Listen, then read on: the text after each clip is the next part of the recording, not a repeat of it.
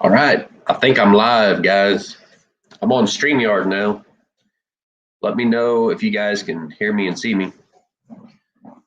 I can see we got, oh boy, we got Sandy Wilkerson in here. Good morning, happy birthday. Lila Newton, Struggle and Strive.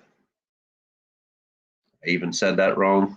Struggle and Strive, not Strive.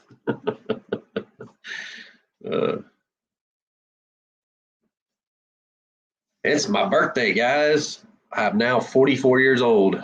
This is a little different using the laptop here. I am not used to this.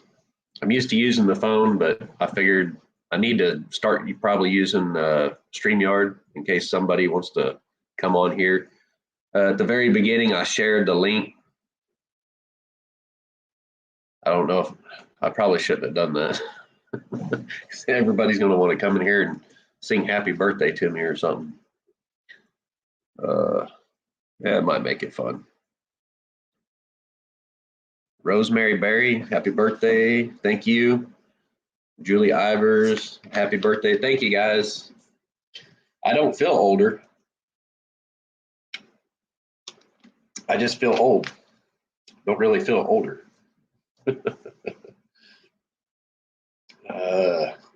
Linda's happy birthday, blessings to you, David. Thank you very much. I keep like looking over in this area, thinking the camera's right there and it's up here. That's confusing for me. It's hard for me to change my habits. This chat doesn't scroll for me either. I don't know why the chat does not scroll on any device that I use. Man, I tried to get a hold of my mom and tell her I was going live. I tried calling her, tried messaging her, and haven't heard nothing from her. On the bowls now, I've got a bid for both of them at 150. If you guys want to bid in this live stream, you can do that. Right now, it is Sherry Richardson bid on it.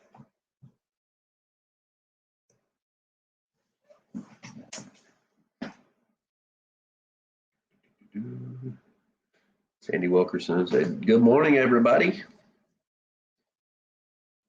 Rachel Marciu, happy birthday. Thank you. Thank you guys very much. I don't know if the super chat deal works on StreamYard or not. I don't think I've ever gotten that on StreamYard. But huge shout out to everyone who has sent me super chats and stuff in the lives. That actually makes it possible for me to get hardware, things like this right here.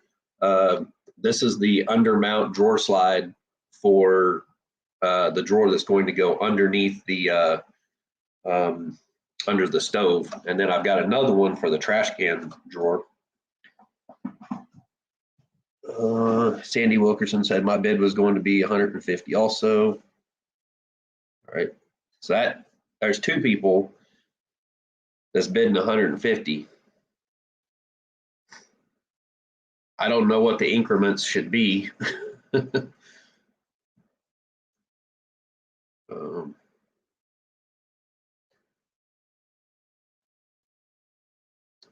Healthy homestead chick. I have to go work out, but wanted to drop in for a second. Hey, thank you for stopping by here. Lori Carp. Hey, Shelly, healthy homestead chick. Lila. Hey there, Lori Carp. Oh man, it's kind of rough to go live on your birthday, but I don't know what else I'm going to do today. I've got plenty of work to do around here. I just don't really feel like doing much today.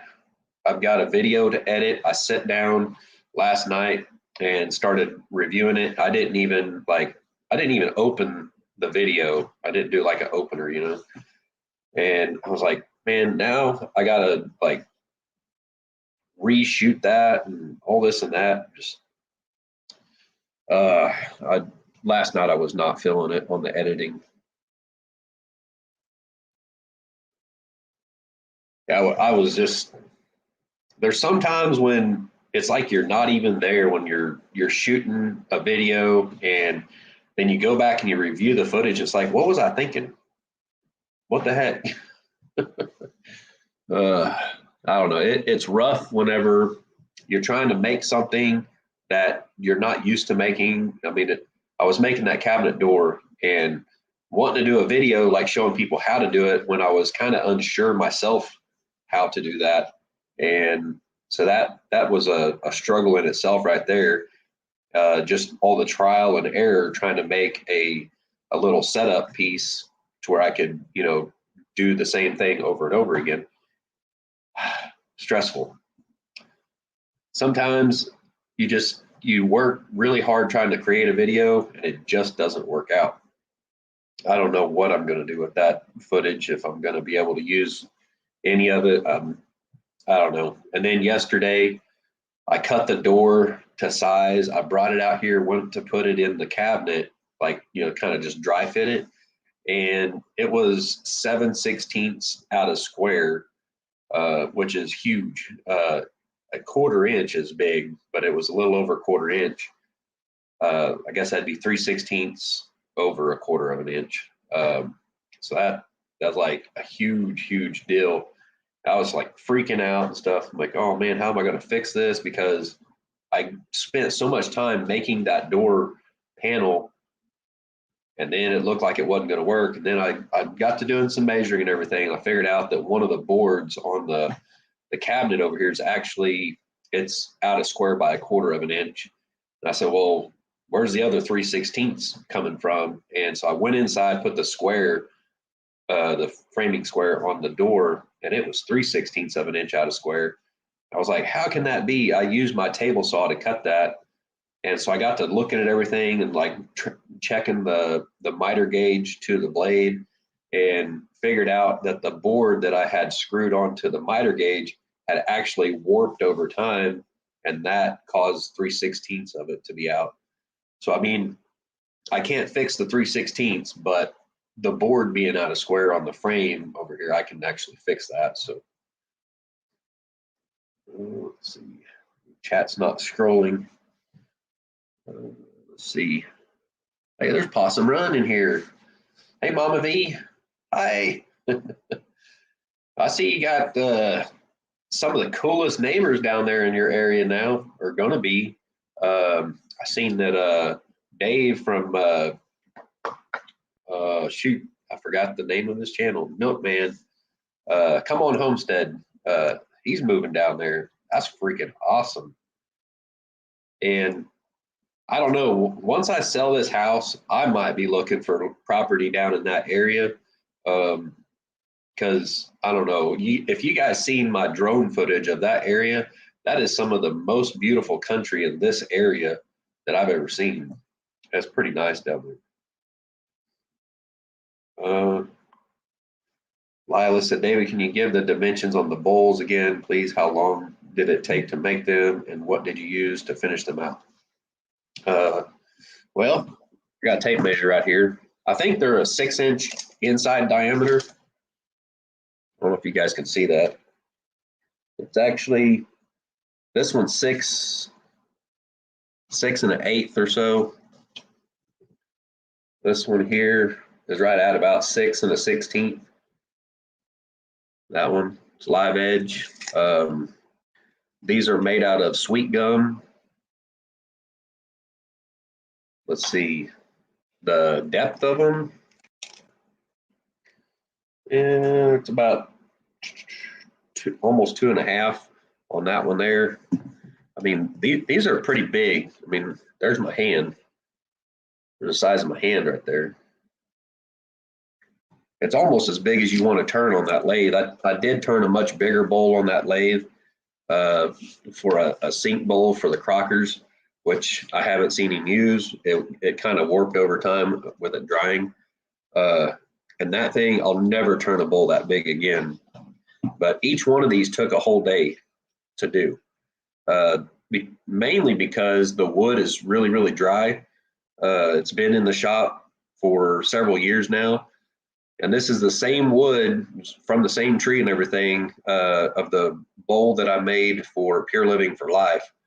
My last live video I did, that was Friday. I went and I posted the link for the video where they done the unboxing. I posted that link in there.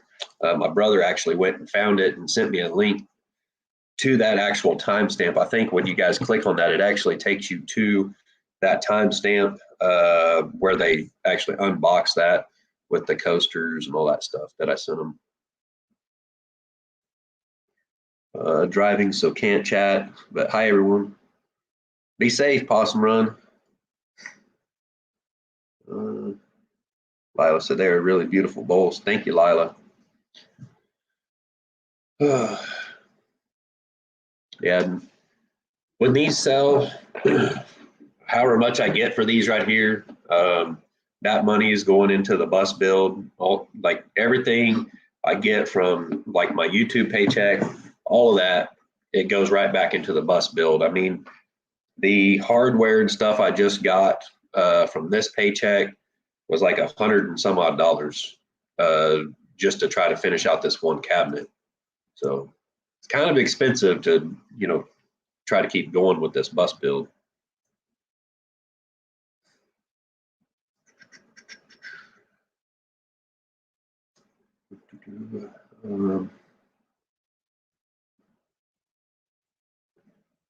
Let's see.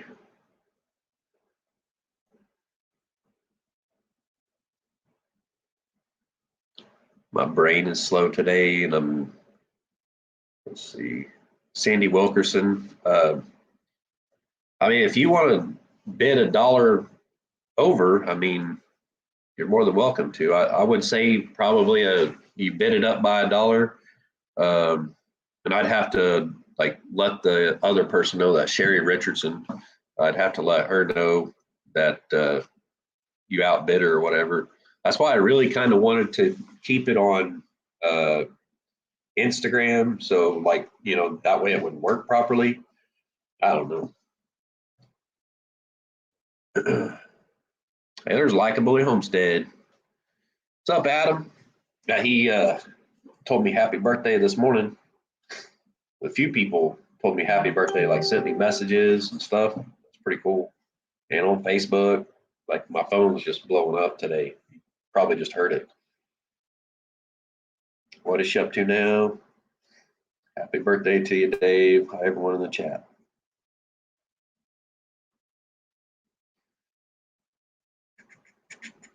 Man. Lila said, hey, Adam. I don't know what to think about this StreamYard. There's so many things you can do with StreamYard. It's just crazy. I was just going to go live with the YouTube, and I thought, nah, I think I'll use StreamYard today. There's Struggle and Strive. That's who I was thinking of the other day, Adam, that we were talking to. Struggle and Strive. It was out there that I was talking to. And I could not remember the name of their channel.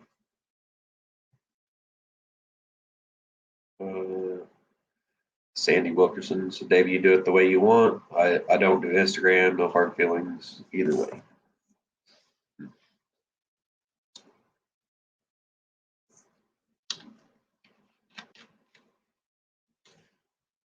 I mean, if you don't outbid her, and she doesn't, doesn't go ahead and buy them. I mean, sometimes people back out, so you never know. I'll hit you up. I'm pretty sure, yeah, Sandy, I've got your email. So Lila said, Adam, not at only 44. What? What I miss here? Not at only 44.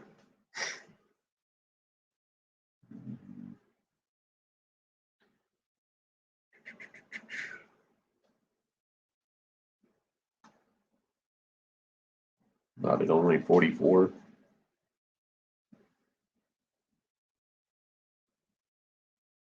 Oh, Adam said, so are you considered an old timer? I don't know. Most people would consider me young still.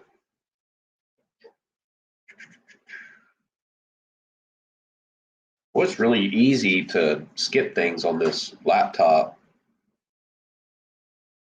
The chat doesn't scroll, and then when I go to scroll it, it just like really fast.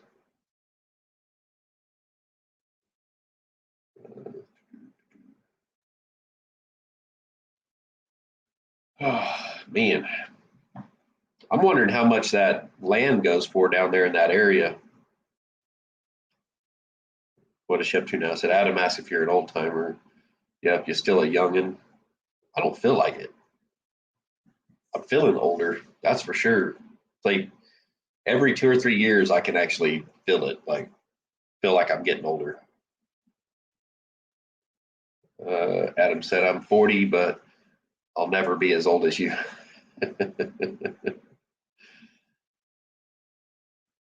Well, eventually you might be. I don't know.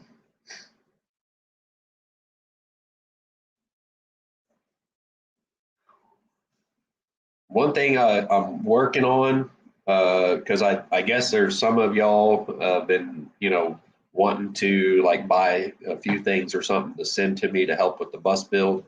I figured the best way for me to kind of handle that instead of trying to figure out how to tell people what all I still need for the bus is I guess I'm going to um, do a what do they call that? It's a like a wish list on Amazon, and so I'll do that, and I'll figure out how to post that. Look at that, we got Omar. I don't even want to say your last name because I know I'll mess it up. It's Omar $3 super sticker. All right, thank you. Um, I can't see the sticker on here for some reason.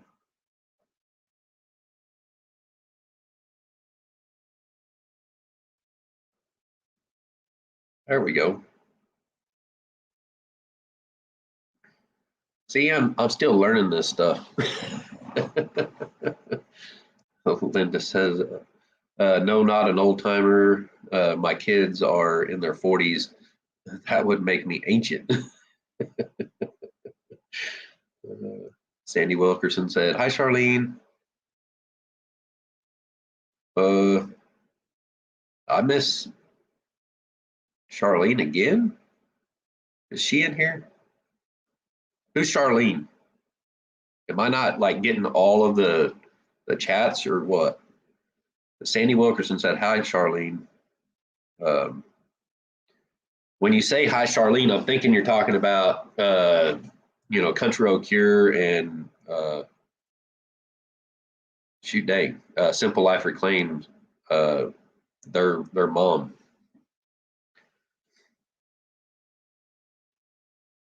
Uh,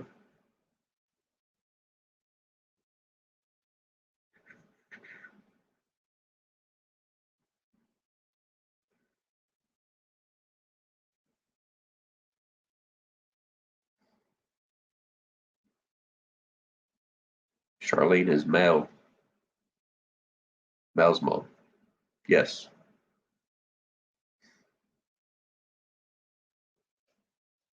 Well, that's Anthony and Mel's mom, not just Mel's mom. But is she in here? I I didn't see her.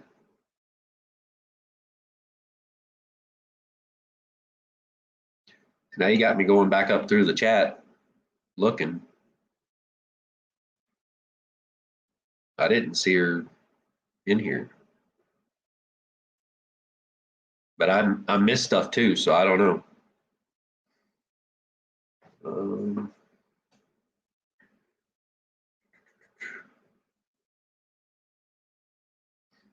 and she said, "Yes, I know. She's both of their mom." uh, what is she up to now? Said no. She has a habit of calling me her name. Hmm. Oh, okay. Dawn Lee said, "Hey, goobers." call me a goober. And they used to call me that in school. Dang it.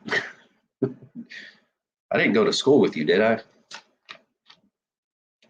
I thought, what is ship to? Oh, man, there goes the chat again. I thought, what is she up to now is Charlene. Oh, no, that's now what travel ready on a not so simple road, I think. I don't know if she's changed the name of her channel or like now what travel ready on a not so simple road. I'm pretty sure that's what it is. It's been a minute since I've been over there. I'll go check, check up on people's channels every now and then. But it's hard to like do all that and, create video. Trying to do a video every day is a full-time job. Donnelly said, okay, schooly boy. She's giving me heck today.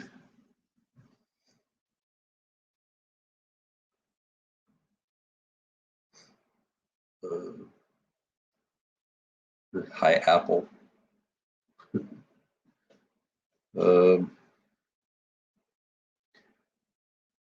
That's a new one. What's up, Apple?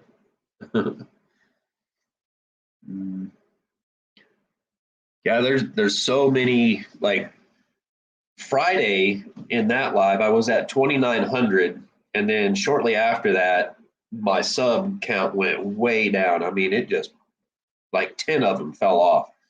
And I was like, what the heck? I was at 2,900 and now like 10 of them went away. And I think there's a lot of new ones, or maybe it's people with like second accounts or something is subscribing. And when it takes those away, it takes a bunch away with it. And then it just kind of gradually picked back up and it's back at 2,900 this morning. I was like, man, I was hoping to be at 3,000 this morning, but that's 100 away. So 2,900 is pretty cool. Lila said he does miss comments because he missed mine. Yeah. Well,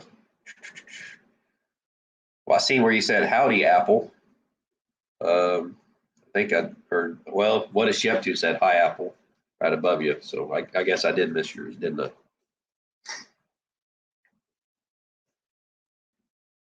Nope, that is her channel name, Dave. You guys know who Apple is? I don't know who Apple is. Apple's new to me. There's Carolyn Messer. So, hey, David, happy birthday. Thank you. Thank you very much. I'm looking at the screen instead of looking at the camera. Again, I got to quit doing that. What is she up to now? So Dave, don't worry, YouTube is messing with all the numbers on my channel. They are keeping me at 197. I've been up to 200 3 times now, only to go back to 197. Dadgum. Yeah, I've had that like there for a while. I would gain like 2 or 3, and then they would take like 6 away, and I'd gain, back up to that number, and gain like another 2 or 3, and then they take several away, and they just were messing with me. And I was like, you know what? I'm not even going to watch it anymore. And I used to do that a lot. I'd be like, oh man, what I'm up to now, and it'd be like 400 or 500 or something, and then went to that first meetup, and I think I was at 600 or so when I went to that meetup. And then next thing I know, I'm like 990 or something like that. That blew my mind. Possum runs. I got to go. Time to load up more lumber. Heck yeah. I got to watch your video. I've been seeing like some shorts or something that you've been putting out. I don't know. I think you were using a post hole digger. What I last seen. Of course, I don't get to actually watch, like physically look at and watch. I listen to a lot of people's videos while I'm sitting there editing and stuff. So, Lord Carp said, "Have a great day, Mama V." I'll have to go back and check out your video. I'm pretty sure I had it just playing, and I wasn't like actually watching. So, I remember just seeing like you're out there with some post hole diggers or something.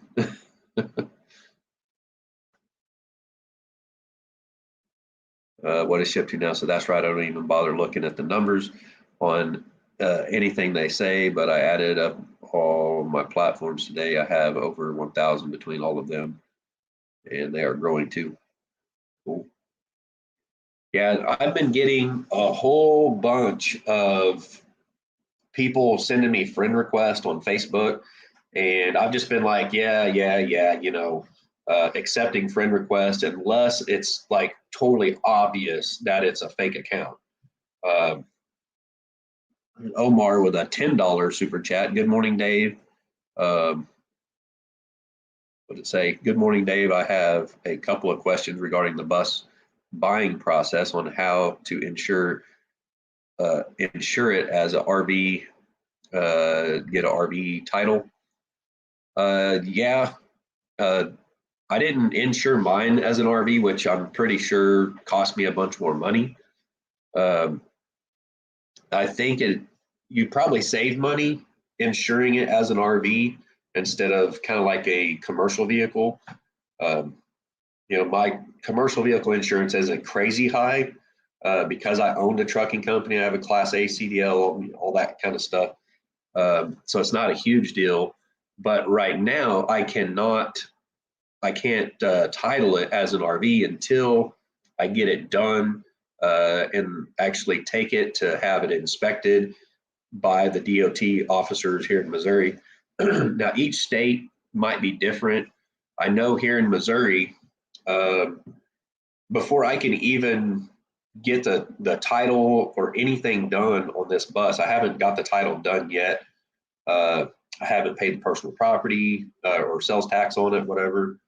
Um, but I have to get an IDOD, which is where you take it in to a certain place to get it inspected, or actually have a DOT officer come out here to the bus and have them inspect it.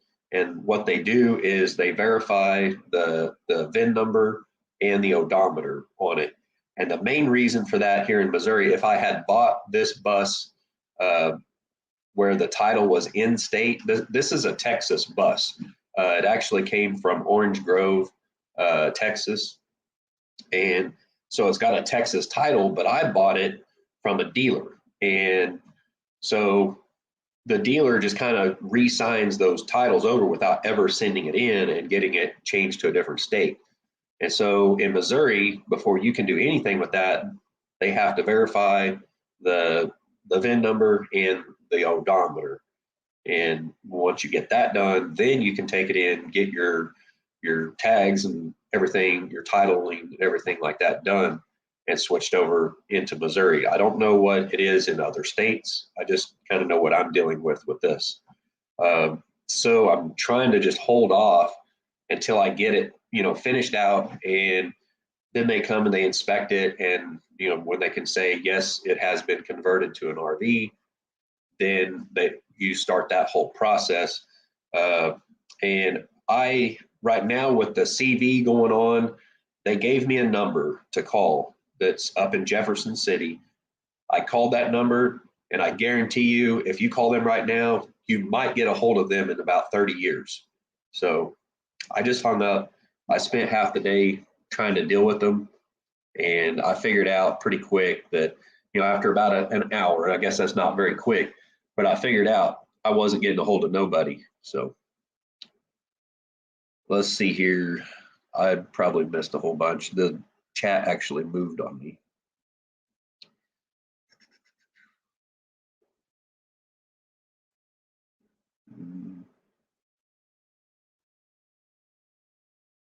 Lila said, Apple, I hope you stick around and subscribe because David is a nice guy and working on a schoolie right now. Thank you, Lila. I'm getting more notifications on my phone. All right, there's that one. Okay. Possum Run said, go watch my latest video, started my shed build. I think that's probably what that was. I seen you with the post hole diggers getting started, I guess, breaking ground.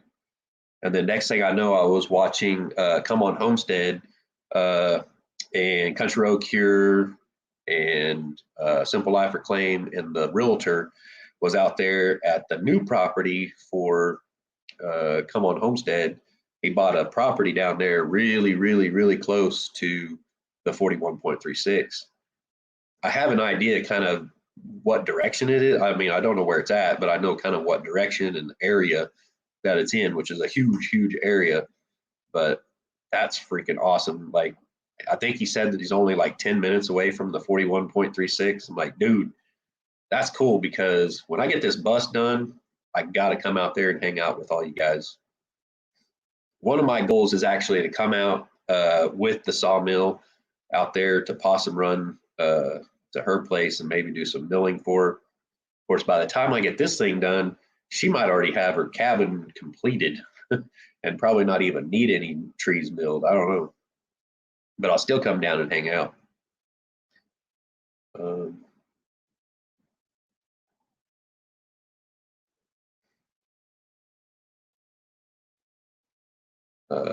Lori Carp said, I'd like a bully, please PPST more. Well, I don't know what that is. I'm out of the loop on that. Cool Adam will be looking forward to them too. What I miss, man. Oh, Adam said I was growing pretty good, then quit posting content. Got to go back to it. Yeah, you do. You got an awesome channel, Adam. I like the lives you do. Like, just, I have lulls and stuff, and I think you do pretty darn good.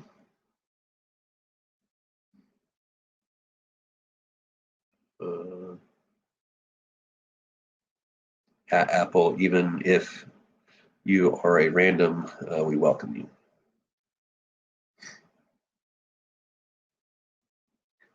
Lila said, thank you very much, Omar. Don Lee said, my internet got knocked out for a few minutes.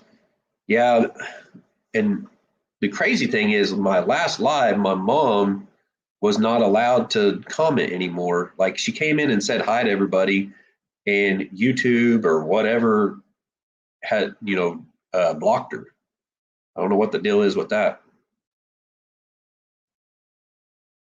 Like a boy said, oh, wow, that's quite the process. Yeah, if you don't have to get it registered as an RV. I don't know how much money that saves on insurance. And that's honestly, that's probably the only reason to get the title, labeled as an RV. And the lady at the DMV told me, she said something about, well, you can't get it titled as an RV, but just as a special vehicle. I'm like, whatever that means. I don't know. I may have to maybe go through another state or something, but I don't care. I don't know if it's going to save me a whole bunch of money on insurance or not. The insurance company, they're just like, oh, you got a bus? Okay.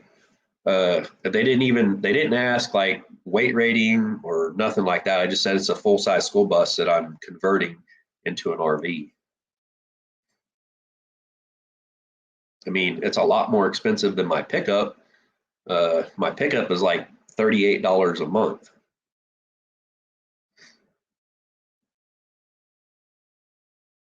Probably has something to do with 21 years over the road, 21 years safe driving, millions of miles.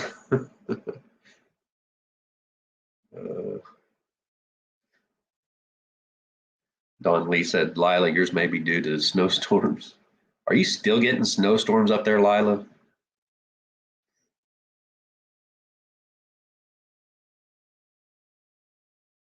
Hey, there's Grace Lonas. I still keep wanting to say Gracie Lonas. What's up, Gracie? Grace Lonas is in here. She said, hi, Dave. Hi, Delilah. What is she up to now? Said, hi, Grace. Lord Carp says, hey. Hi, Donna Lee.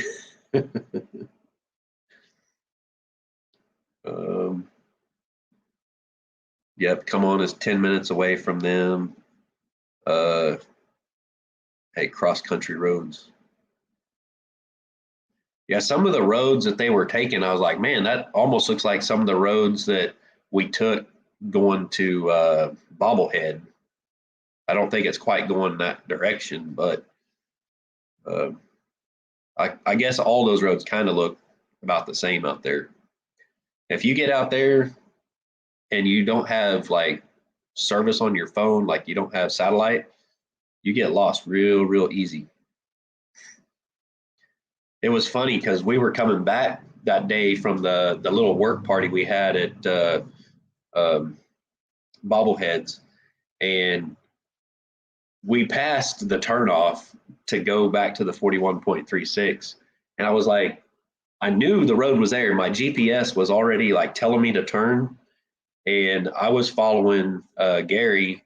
They were driving Biggie, and I was like, I'm pretty sure we were supposed to turn there. And I'm like, I'm not going to just turn there because, I'm new here and I'm not going to act like a know-it-all. They live out here. They know better than me, right?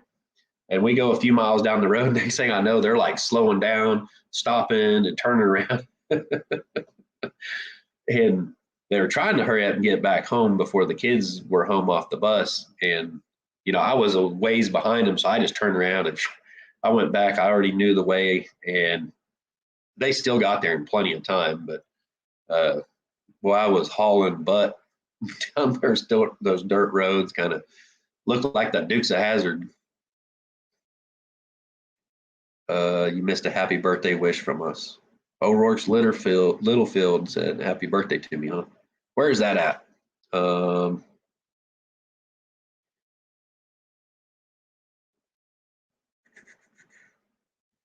Yeah, I'm not seeing it. Well, thank you anyway, O'Rourke's. Now I'm probably missing more stuff because I'm like scrolling around. It's like making me dizzy. Uh,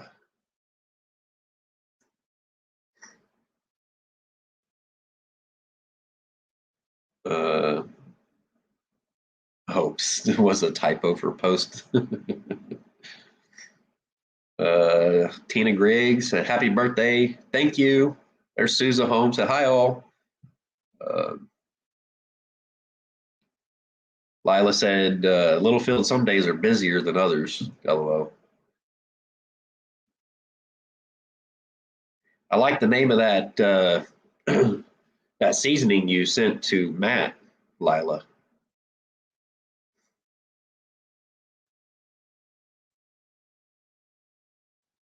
I just seen that in his latest video.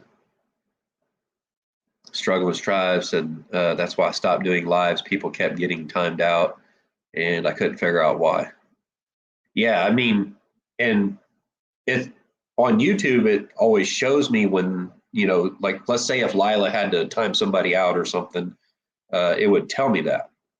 And the crazy thing is, like with StreamYard right now, I cannot see who my mods are. I'm pretty sure Lila's a mod, but it doesn't show up blue. So that's another thing I hate about StreamYard, just trying to get used to this. It's crazy. Let's see here. Lori Carp said, thanks, Don Lee, for clarifying my typo.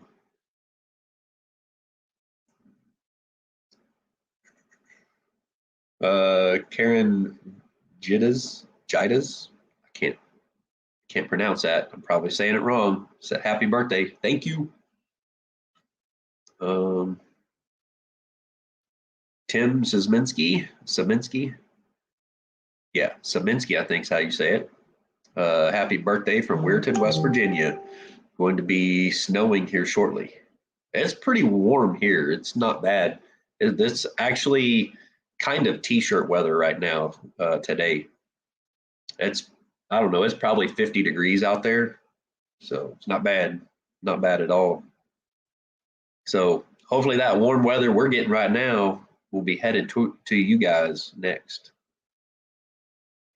And then it's probably going to get cold here again because we are in January. So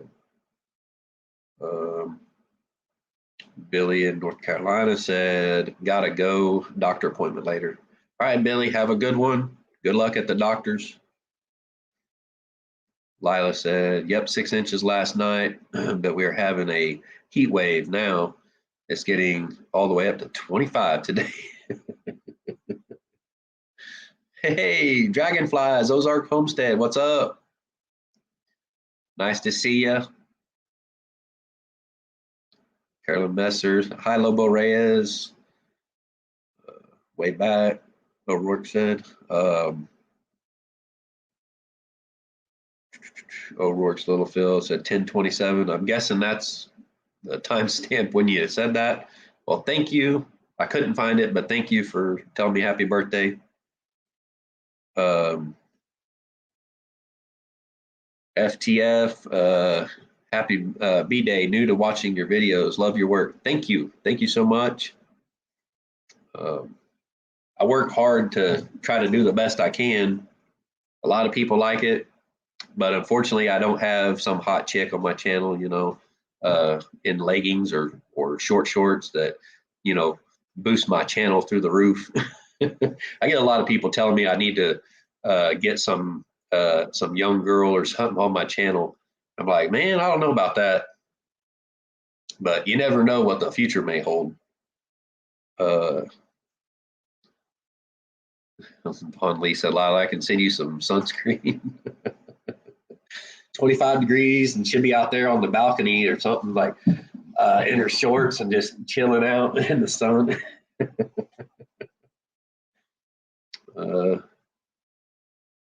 Dragonfly said, hi, everyone, sitting here painting jars for orders, laundry, etc. Cool.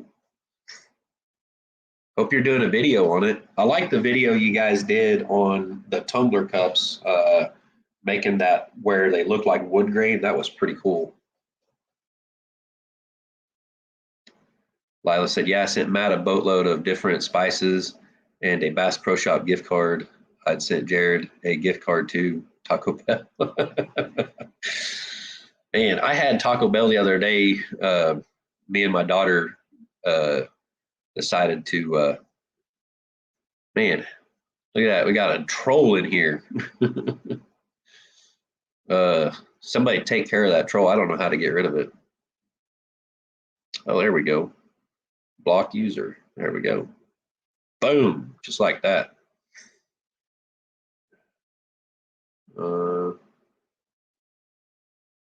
Now it says an error occurred. Are you kidding me? Hope it works this time. I don't know. It's still showing up on my end, but yeah, there's a at 1041 or yeah, 1041 right there. I can't even read that name on there. It's a fake account. KJ does those tumblers. I do other things. Lila said, okay, David, I'll be your girl mama. They said young.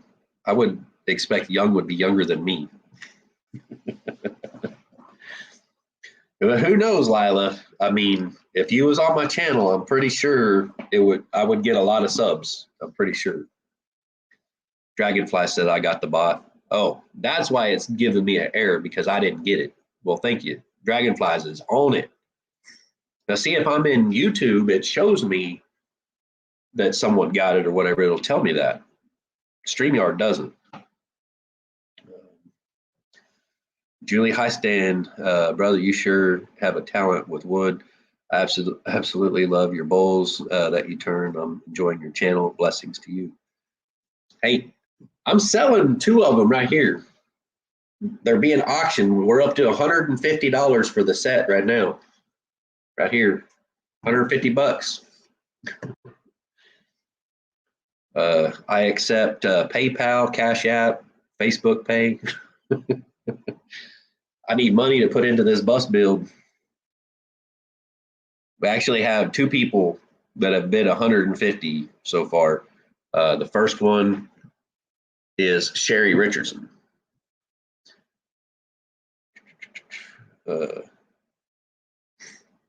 and that will be done today. It'll be like at some point today, I will go through and I will check my Instagram and of course on here and everything and my emails and make sure like someone else hasn't, bid more or something.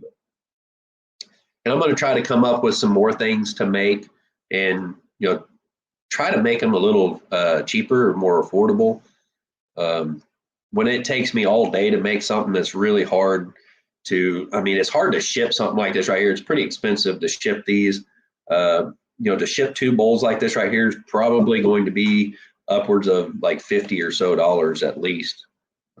So that's where I run into problems. Like if I try to make something bigger, like a coffee table or something like that, that's the stuff I really need to be making, but selling it here locally.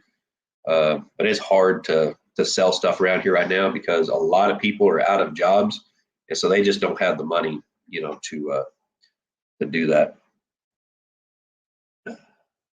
Do you accept Social Security? It comes in on the first. And no.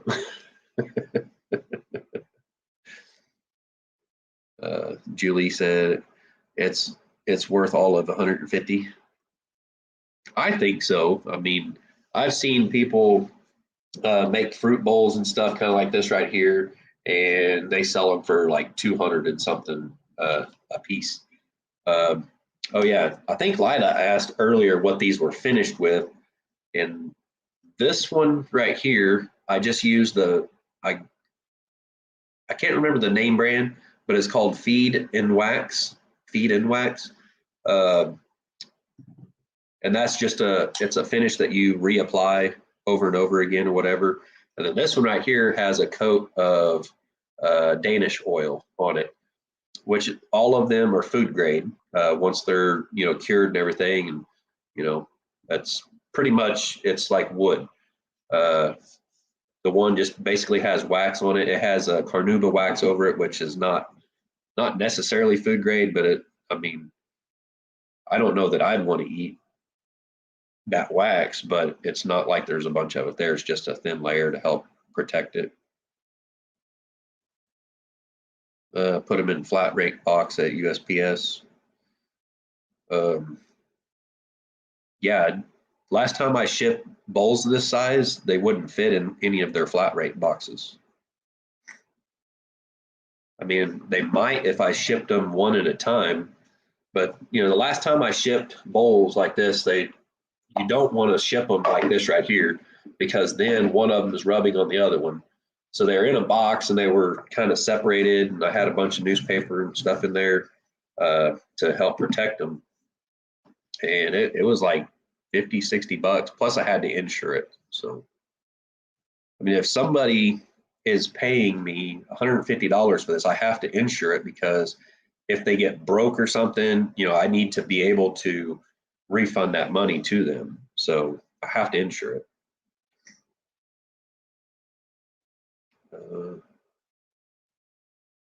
You could make wooden business cards easy to ship, low overhead.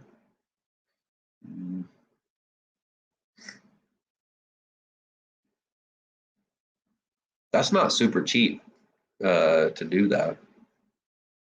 The problem is like making them out of actual wood, they're easy to break.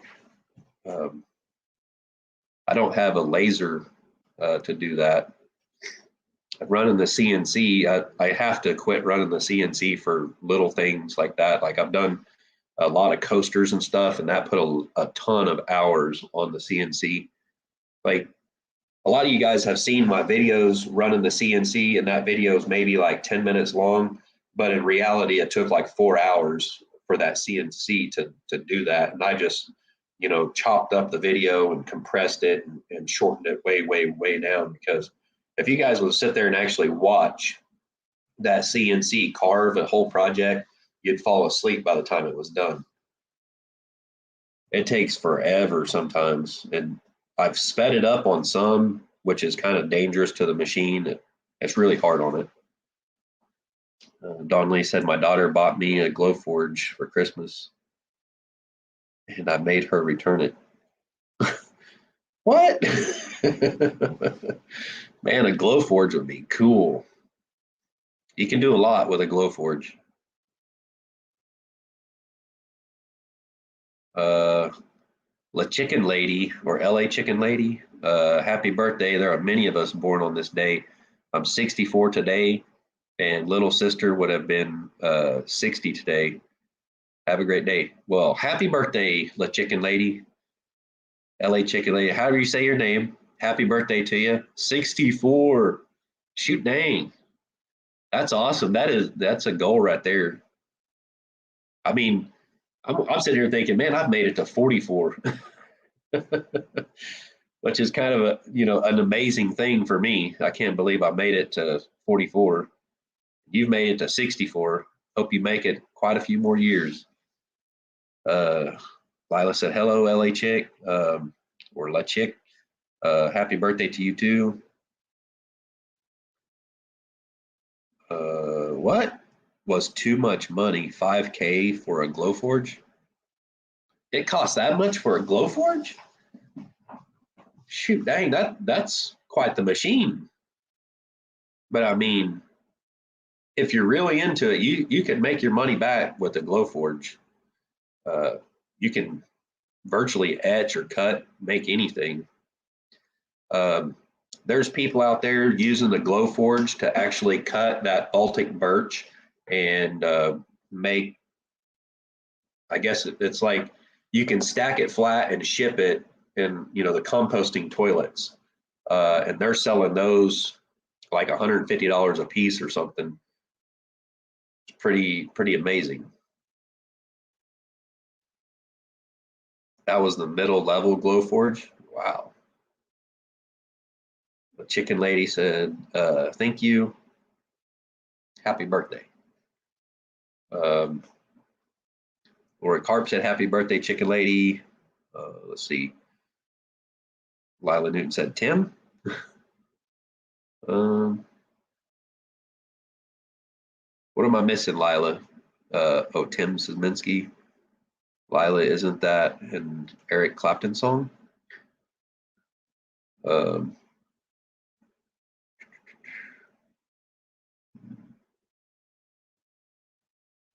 that's so she's like, "What do you mean, Tim?"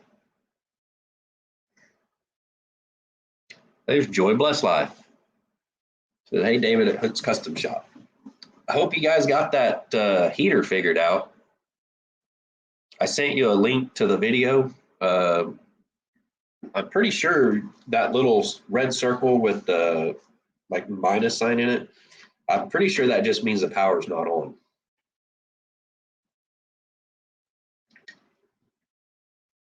But your controller is a little different than mine, so it's hard for me to know like what all those little symbols mean. And I know the manual that comes with these Chinese diesel heaters is, I tell you what, completely worthless. uh, Trying to decipher Chinese speaking that has been translated into English language. Um, you read it and you're just like, man, this makes no sense. How much do those two wood bowls weigh? Shoot, I don't know. That's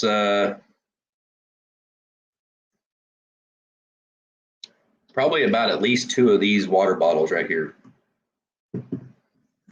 Maybe three water bottles weight, whatever that is. I don't guess this really, does it say the weight? It says 16.9 fluid ounces. I don't guess that's fluid ounces, not the weight though. Rebecca Davis, Touched by Yarn. Happy birthday. Thank you. I cannot wait to see the beanie you're working on. I've been kind of excited. I was like, man, I wonder what she's gonna do.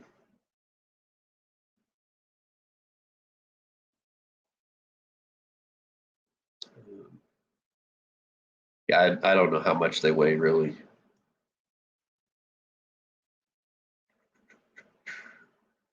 2 to 3 pounds. No, they're way more than 2 to 3 pounds. They're not as much as a gallon of milk. I want to say they're like 4 pounds. There's Lobo Reyes, $5. Thank you. Thank you very much. That's awesome. Hey there, Joy Honey. Right now, I'm freezing my butt off. Lahala Newton's freezing her butt off up there in New York. I couldn't live up there, man. You watched the video, but did you guys get it running? Did you turn it on? Because I didn't see any error codes on your thing. Yes, the Chinese manual is useless. And if you guys have that thing mounted in the floor like it's supposed to be and got the fuel hooked up, there's the 2 buttons on the right-hand side. You just push and hold those to prime the fuel. It's best if you prime the fuel, like just let gravity feed the fuel through the line all the way up to the fuel pump and then hook it up to the fuel pump. That way, when you start running through the priming process, your fuel pump is not running dry. A gallon of milk is 8.6 pounds. Okay, yeah, it doesn't weigh quite that much, but I'm really, I don't know. It's hard for me to say, but it feels like it's 4 to 5 pounds. This one right here is not very heavy. It's this one right here is pretty thick yet, and so that's a couple pounds by itself right there. This one, I want to say, is probably a pound and a half for it. He did not get it running yet. Chinese converted to grammatically incorrect English equals impossible to decipher. All right, so that Lobo Reyes $5 super chat was a super chat, not a sticker. It says Feliz cumpleaños. I don't even know what that means. Translate for me, please. I'm guessing it probably means happy birthday. So Feliz Navidad, that's like Merry Christmas or something. So what is that? Merry cumpleaños? I don't know. I don't know other languages. Yeah. But I started reading through that manual on the Chinese diesel heater and I was just so confused. And so I had to go to YouTube and just start looking for videos where they had the exact same controller on theirs. You didn't have to do another super chat, but thank you anyway. Lobo Reyes said, happy birthday. I was guessing that's what it meant, was happy birthday. Thank you again. And Lila said, it means happy birthday. Merry birthday, as Don Lee said. And she's like, question mark, Merry birthday? That's super awesome. And those super chats, guys, they help with getting the hardware and stuff I need. This right here is the drawer slide for the silverware drawer that I picked up the other day. Unfortunately, I only get those like, I think it's on the 21st or 22nd. Last month, they didn't pay out till almost the end of the month. It was kind of weird. And I was expecting it. And I ended up sending Google an email like, hey, when are you guys going to pay out? What the heck? And they never respond back. It's another one of them things where you send them a message and you never hear from them. But soon after that, they finally sent me the money. I was like, LOL.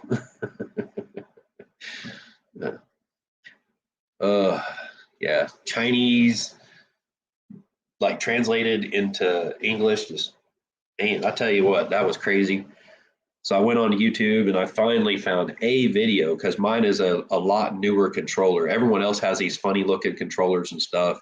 There's lots of videos out there on those.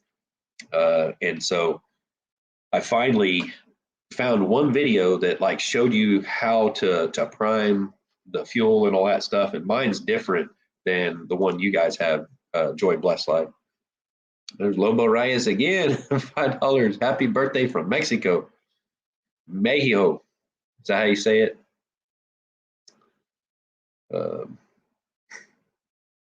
I got lots of Mexican friends that I worked with in the oil field. Matter of fact, I sold my semi truck to a Mexican guy that was from Mexico, and he moved up here and everything, and it was legal and all that stuff. And he worked at a refinery for many years, and he saved up a lot of money, and he really liked my semi truck. He liked it a lot. Like every day, and he worked for my buddy. He was driving a truck for my buddy, and he'd pull up beside me at the LAC to offload, and he'd come over, hey man, that's a nice truck you got. And I'm like, yeah, I try to keep, take care of it. It's like one day I'm probably going to sell it. He goes, I'd like to buy it. He's like, how much will you sell it for? And I'm like, man, I don't know. And then finally, I was just like, all right, it's time for me to get out. I'd found out that the payments that I was making on the truck was not getting to the guy that I was making the payments to for 7 months. And he got a hold of me, said, hey, when are you going to make a payment? And so I found out that some nefarious stuff was going on with my money. And, I don't even want to get into all that today, but that's what caused me to finally say, you know what, I'm done, and sold him the truck, paid it off, bought the sawmill, and here I am today doing what I'm doing today. But, it was a really awesome thing for him, because I set it up with that company to be like a turnkey deal, to where all he had to do was hop out of my buddy's truck, get in that truck. It was still hooked up to the same trailer, all set up, ready to go. I just put $12,000 into rebuilding the axles, the brakes, and everything on that trailer that I was leasing. And super awesome deal for him. Brand new tires on there. I think he ended up putting a clutch in it, which that was his own fault. He's like, you sold me a lemon. I said, no, I didn't. I didn't sell you a lemon. I told you that clutch has been in there since 1998. You got to be easy with it. And he liked to give it a little throttle when he was letting the clutch out. And I'd always tell him, because he did that to my buddy's truck, I said, you're going to burn that clutch up. Like in a semi truck, when you let that clutch out, you don't give it any throttle until you're rolling. And he burnt the clutch up. So he learned a little lesson on that, but he lives in that area. So now it's like a 9-to-5 job for him. He gets to go home every day, and he's making bank with that job. He's doing awesome. The hard thing for me was I didn't live out there in Western Oklahoma. So if I took off to come home for a few days, it cost me big time. And so it works out really good for him. FTF, is it true YouTube takes a good portion of every donation posted to you? Yes, they do. They take a huge portion. It's like 30 or 40%, I think. That's a lot. And that's why I say, hey, I take PayPal or Cash App or Facebook Pay, because that if you use PayPal and send money to somebody, yeah, Dawn Lee said 40%. I think she's right. It's quite a bit. If it was only 15%, I would say, okay, that's cool, because that they are offering a platform, right, for us to have this community and everything. And, it is a great platform. I don't know that any of these other platforms that are trying to get started up, I don't know if any of them will ever have the traction that YouTube has. YouTube is just where it's at. That's where everybody is. And it's probably going to be that way for a good while. I mean, I can't say it'll be there forever, but anyways. La Borraya is $5. Yes, because you sell to Mexican. Thank you. Thank you for that super chat. But yeah, that's one of my best buds out there, man, out there running. And every now and then I'll call up my buddy, and I'm like, hey, how's our bud out there doing? And he's like, man, he's killing it out here. He's killing it. He's like, he's putting all kinds of money into that truck, and he's paid off his house and everything. Just super awesome. I was like, I told you, I knew he would do awesome. And it kind of ticked my buddy off because I stole his driver, like his best driver. I stole his driver. I was like, I didn't steal your driver. I just gave him a leg up. I said, here you go. I'm going to sell it to you. You know, I was paying $50,000 for that truck, and I sold it to him for 30. And I had thousands and thousands of dollars in that truck. It's a yellow Peterbilt 379 short hood with a 36-inch flat top sleeper. I gave it to him with the Wii Boost in it, the cell phone's booster, brand new tires. I built a receiver hitch for the back end of it. Just all kinds of new parts on it. Had a newer motor in it that had Jake brakes. I drove that truck for years with no Jake brakes. And so, I mean, I gave him a heck of a deal, but, you know, at the same time, it was giving me a heck of a deal because I was able to pay off that bill, get rid of that, and become a little more debt free and get rid of a ton of stress. Being gone from home all the time was really stressing me out. Been out over the road for 21 some odd years or whatever. And, you know, I was tired of being gone all the time. So I said, you know what? I'm done with this. I mean, sure, I could have went and busted my butt really, really hard, and I could have made that money and paid that guy in just a few weeks. But I would have been flat broke for those few weeks, you know, like eating ramen noodles every day type broke, you know.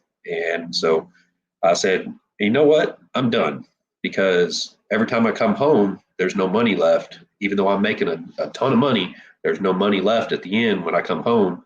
I was just tired of it. Said I'm done with it.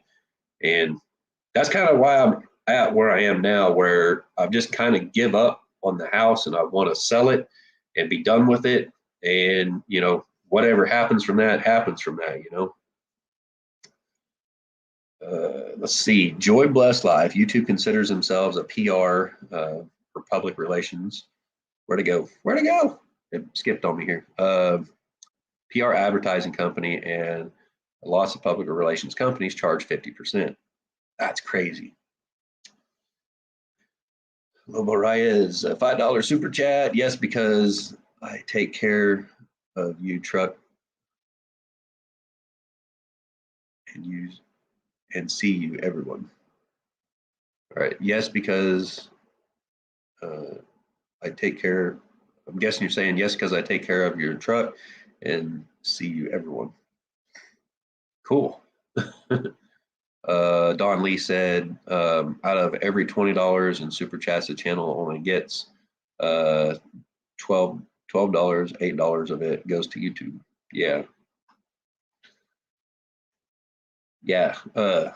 Lobo Reyes, don't feel like you need to send me super chats. I mean, if I see your comment there, I'm going to read it. But thank you very much. It's very much appreciated. Let's see here. Wow, what happened here? Where'd it go? All right. Lila said, later, everyone. Bye, Lila. Have a good one.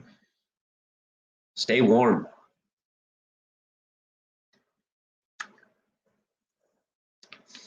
Don Lee said, bye-bye, Lila. I'm going to have to get Lila up here on the sawmill. I'm telling you what, she would be killing it on the sawmill. Picture this guy. No, don't picture that. Lila in tights running the sawmill on YouTube. What do you guys think about that? If she comes down in this area, we're going to get her on the sawmill. We'll get Lila on the sawmill. We'll let her push it a few times. I don't know if she's going to want to flip them logs over because that's heavy. We can let her push the sawmill. I think it'd be fun. It's always fun for me to kind of teach people about the sawmill, how to mill and stuff. I mean, there's a bunch of different ways you can mill. You can flat saw, you can quarter saw. Quarter sawing, you get a lot more. Lila's barfing.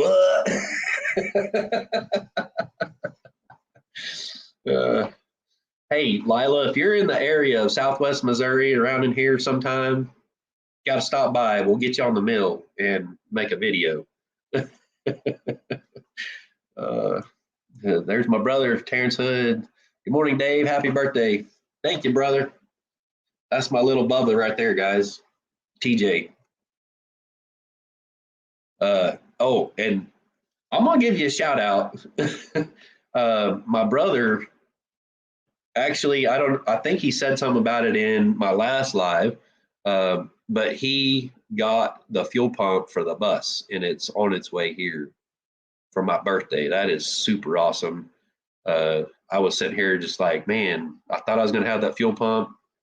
And I need to get these little bugs and stuff worked out on the bus so that it's reliable. I can drive it and stuff. And that's super awesome because I've been sitting here wondering, how the heck am I going to get a fuel pump for this thing? Not that it's like super, super expensive. I mean, it is a pretty good chunk of change for a fuel pump for this thing, but everyone's saying, hi, little brother.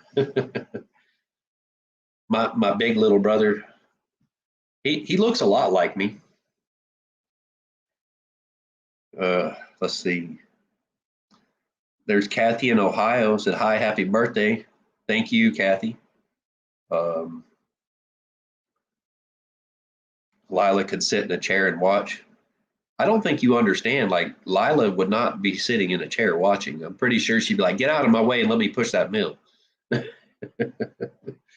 think, Lila, if you're still in here, I'm pretty sure Lila is a ex-Navy vet. I'm pretty sure. So,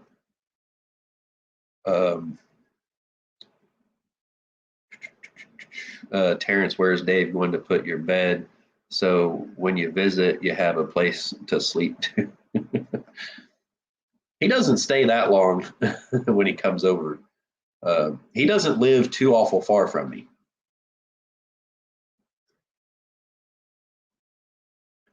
Pokemoke Forster, happy birthday. How old are you, if you don't mind me asking? I'm 44. I don't mind. I'm proud that I've made it to 44. Surprising that I made it past like 16. Carolyn Messer said, I got a shovel one time for Mother's Day. Boy, the things I've bought my mom, given her for Mother's Day, a lot of times it's been like a part for a car or fix her car for her or something like that. Let's see.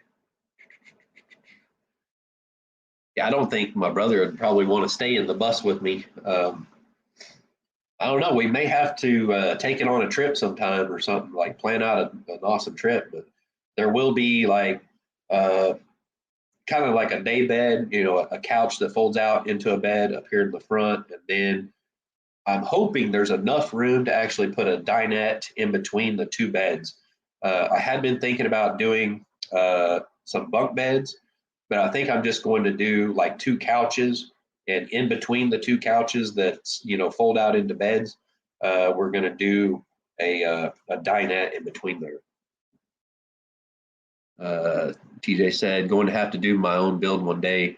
I would like to have a vintage half-length bus just for family vacations and destinations. Heck yeah, man. I'll help you. I definitely got all the tools and stuff to do that. And, I've been sitting here wondering, like, what in the heck am I going to do with all the stuff I have? And I may have to hit you up and maybe drop the old shipping container off over there with all the tools in it. Oh, Terrence wants to take the short bus. Oh, and that's what I was actually looking at, getting a short bus because, it wasn't my plan at first to end up living in the bus full time, but it could be a possibility. So I was looking for short buses. I basically wanted something like a 1-ton size short bus that I could pull the sawmill with.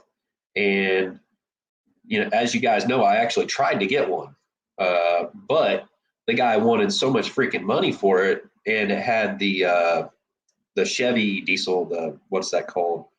The motor I don't really care for. I mean, it's not a bad motor, but the Duramax.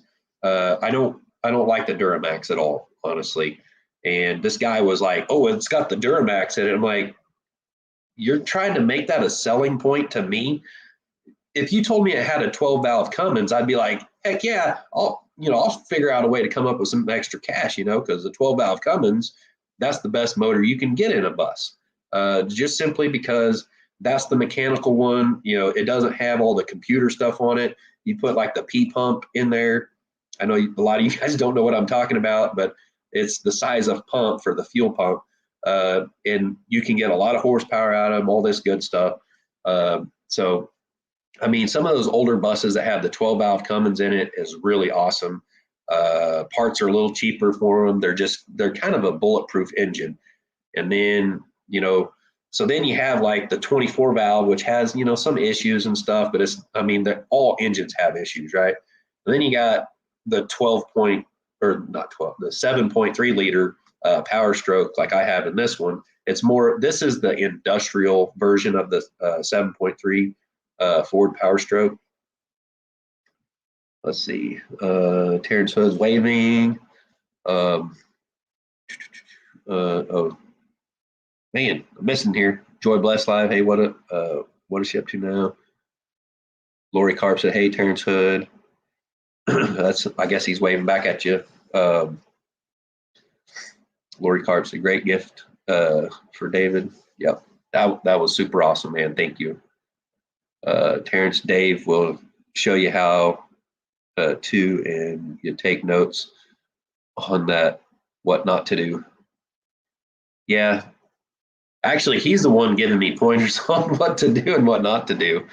He actually sent me, I don't think I have it in here, but it's a little eraser wheel, like Des the Hobo Travel Nurse used to remove the stickers off of her bus. He sent me 2 of those. I'm pretty sure I'm only going to need one. The other one's still in the box, but I guess we'll see how well they work. That could be a video I could probably do today. It is a bit warmer today, and it wouldn't take me all day to do a video like that. Lila said, "Really got to go now." See y'all later. All right, Lila, have a good one. Bye. Don't grab the exhaust pipe. Got it. Yes. Now, here's what my thumb looks like right now. See if I can show you. It finally kind of peeled off. It wasn't too bad. It was a little bit tender, but not like the normal blister that pulls off. It was a really thick blister, and so it just kind of started drying out and flaked off little bit by little bit. So it wasn't terrible. It was just I had to wear gloves when I did woodworking because every time I grabbed a hold of a board or something, it was tender. Terrence, we won't tell Dave where you have a place to put your tent. What? Where you have a place to put your tent. I don't know.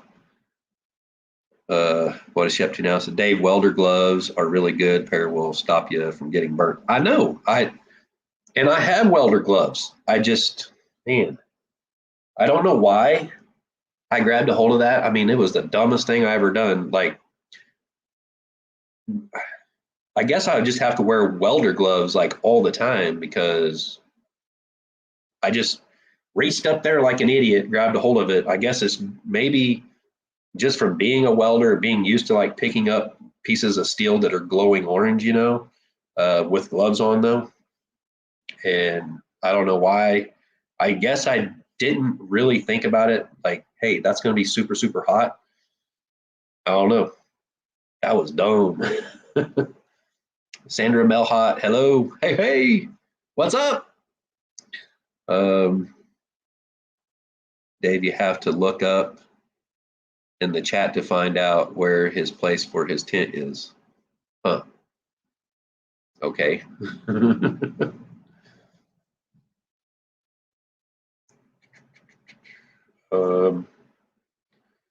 Yeah, I'll probably get lost if I go up through the chat.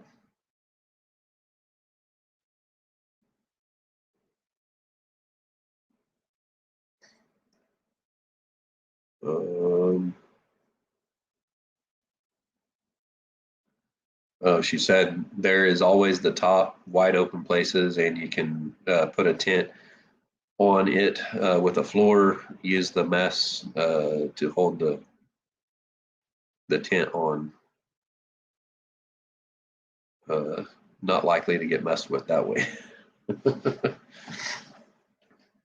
Yeah, I'm going to be putting a rooftop deck on here for sure. He goes on some cool adventures and stuff, and that would be one heck of a channel, TJ. Like to just like when you guys go on the vacation and stuff, and take the mini schoolie or like the mid-size schoolie. I know where one's at that's in pretty good condition. Um, the only thing I would change on it is the type of rims and the hubs that it's got on it, which is initially a little bit of money. It's not too bad. You got to get the hubs and change those out because it has the old style hubs on it, but it's a real low mileage. It is a mid-size. I think it's an 8 window, so it's not like a short bus. And I want to say it's around Tulsa or Oklahoma City, and they got brand spanking new tires on it. They're 11R 22.5, I believe. So when with tires that size, like semi truck tires, you don't have too much to worry about on the weight rating. And I was actually looking at that one before this one. It would definitely need a paint job, of course. It was white, but I don't remember what motor was in it. I don't think they actually ever got back with me on what motor was in it. And they said they had someone coming out to look at it, but like a week later, it was still up there posted. So I found it on Facebook Marketplace. That's actually where I found this bus too. And the place that I got this bus from, that is in Decatur, Arkansas, is where I bought this bus. It's a dealership, and they've got a bunch of buses there. But the other buses, they're still waiting for paperwork and stuff to be able to sell them. That's why I couldn't.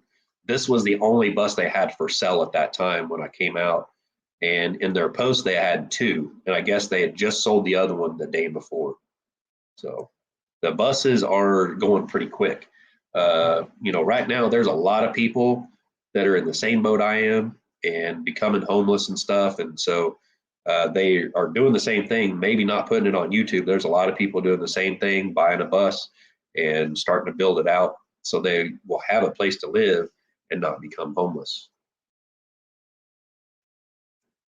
It's going to be a while out to build my workshop first. Just bought the land recently to put it on. Yeah, I may have to hit you up for a place to put the shipping container. I told Jared I'd sell it to him, but he had changed his mind on doing a shipping container. It's like, it's a good deal. I mean, to build out a shipping container into a home is a lot of work. It's actually, it makes more sense to build from the ground up. And that's what I was telling him. I was like, I hope you just build from the ground up, not a shipping container. Now, if he was to get a shipping container, if he was to get one out there, it'd be cool if he just poured like an 8-inch thick concrete slab that had some rebar in it, and then weld some plates into it and have the plates where they're just right at the top surface of that concrete. Set the shipping container on that, and then weld it to those plates, and then it could be basically a storm shelter. Like a bully, Adam said, had a neighbor stop by. I'm still here. Thank you, Adam. Was it Al? I ain't seen Al in my lives in a bit. I haven't seen any videos from Al or from Adam in a little bit. Come on, guys. Adam, we need some videos from you, man. I know you're super busy. I see like the stuff that you and the other neighbor up there do on Facebook and stuff. Like a boy said, I need a storm shelter. Let's see, Terrence, tell him it's your garden shed. Oh, he said, I don't think I can put it here in city limits. Where'd it go? And they have ordinance against them in town. Huh. That's weird. gonna have to find a place to put it, I think, or just sell it. I hate to sell it because, I know what I have in it, and then I see what they're going for now. I mean, I guess I could sell it, but then I don't have a place to put all my stuff.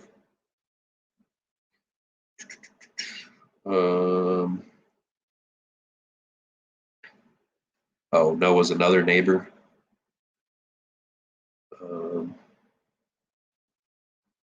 I mean, yeah, you could put it there and like build around it.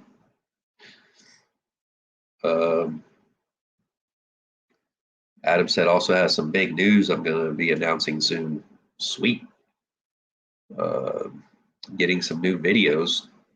Awesome. Like the boy said, if you can get it here, you're welcome to park it. Might have to live out there. I would really love to, find a place. Like, I don't know. I've been kind of up in the air about moving back to Oklahoma, just mainly because I could have free health care in Oklahoma through the Indians, through the tribe and everything. So I've been kind of on the fence about that, moving into Oklahoma, like maybe trying to find a piece of land over there. Of course, my family doesn't want to move to Oklahoma. That my wife wants to stay, close to her mom and everything, which I get that. But let's see, what is she up to now? So Adam, I'm itching to do more videos, but I have to wait at least 6 more weeks or longer, depending on when spring actually arrives. Yeah, all the planting videos are going to be coming out here pretty soon. Spring is around the corner. It's already feeling like spring here today. Kind of, you kind of got that kind of cool spring breeze going on today. It's nice and sunny, super nice outside, and I got the heater running in here right now. It's kind of getting warm. Um, Free healthcare is a huge plus. Yeah, I mean, the thing is, I don't care too much for the Indian healthcare system. um, a lot less choices, I think, in it, but at the same time, it's not bad. It would be nice to not have to pay a ton of money. Like, every time you need to go see a doctor, you're, out $75, and then they're just like, well, come see me in 30 days or something. I can't stand that. My brother's saying is way better these days. I hope so. I remember what it was like when I was a kid and getting those like root canals on my baby teeth and stuff. I grew up later on. I was like, why were they grinding on my teeth when I was little? What is she up to now? Says, sorry, hit the wrong buttons. I was going to say, can't plant until the snow is gone here. 2.5% tax on vehicle tags. Yeah, I don't know what it is here. I wonder if I can get the bus tagged in Oklahoma and get the tribal tags on it. So much to try to figure out. And that might save me a bunch on the insurance and stuff. Like a boy starting on more raised beds here as well. Sweet. I may have to cut up some more lumber for my mom for her raised beds. She did raised beds last year. She came over and she helped me a little bit, and I gave her some just some rough cut oak, and I was like, here, and I cut them to length and everything. For all she had to do was like drill holes and put the screws in, and she made some raised beds out there in her yard. And I tell you what, she did a bunch of those the little like the cherry tomatoes, and those things were just going crazy. Um, Joy Bless Live said it's still winter feeling here in the Smokies. I think you got warm weather coming your way in the next few days, though. I mean, today is pretty decent here today. I mean, it may be, back down in the teens tomorrow. I don't know, but that's just kind of how the weather is here and Oklahoma. Ask a friend in Oklahoma if you can use their address. Well, my mom lives in Oklahoma. I could possibly use her address. I mean, I don't want to do that necessarily because I own a home in Missouri. So, I mean, as far as like the tribal stuff, I don't have to live in Oklahoma to get that stuff. I don't believe. Now, the tags, I don't know. I think you're probably supposed to. I don't know. Rebecca Davis started, Rebecca Davis, touched by yarn, said, I will be starting on your beanie today. Yeah, I can't wait to see it. She's going to surprise me. So I have no idea like what this beanie is going to look like, but I'm stoked to get it. I'm telling you. For the tags you do. Okay, yeah, you have to live in Oklahoma for the tags. Okay. I was kind of thinking that. See, my brother knows this stuff. I don't, because he lives over there, and he's able to do all that stuff. And he's been trying to help me get my card redone and everything because it's just stuff I have like no clue what I'm doing or anything. Joy Bless Life. We want more snow. You what? Okay, at this point in winter, who in the heck is saying we want more snow? What are you talking about, Joy Bless Life? It is time for spring. It's time to start planting gardens, all that awesome stuff. It's time to like see everything green up and hear the birds chirping. I'm done with winter. I am over winter right now. I'm ready for spring.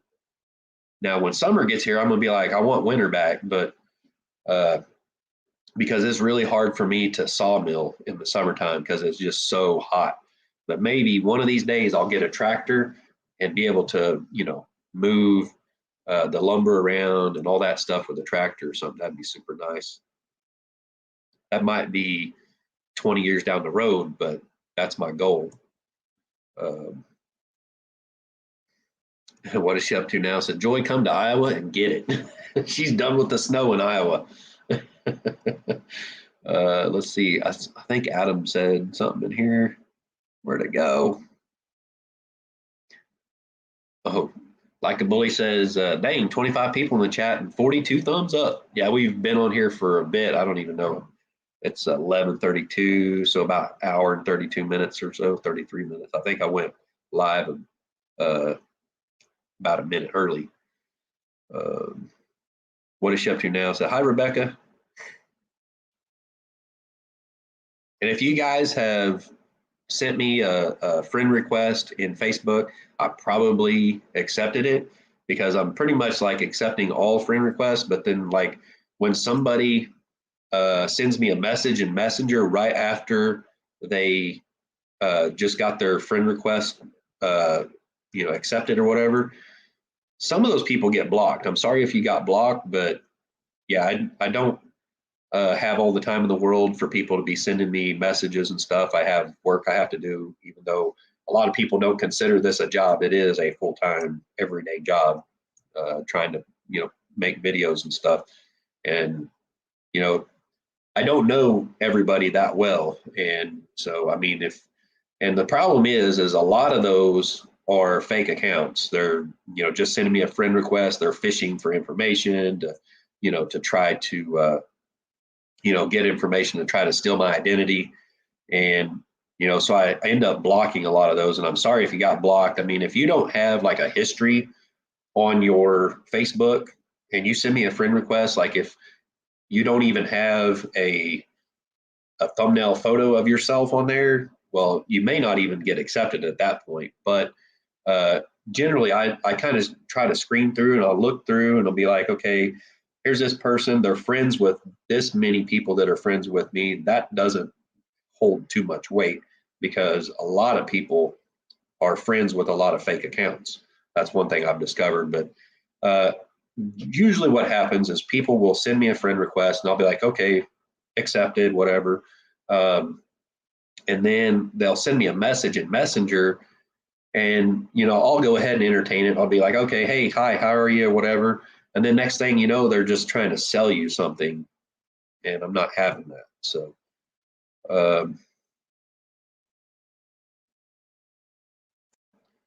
Sandra Melhot, sometimes you need a bill in your name at that address. Yeah, probably.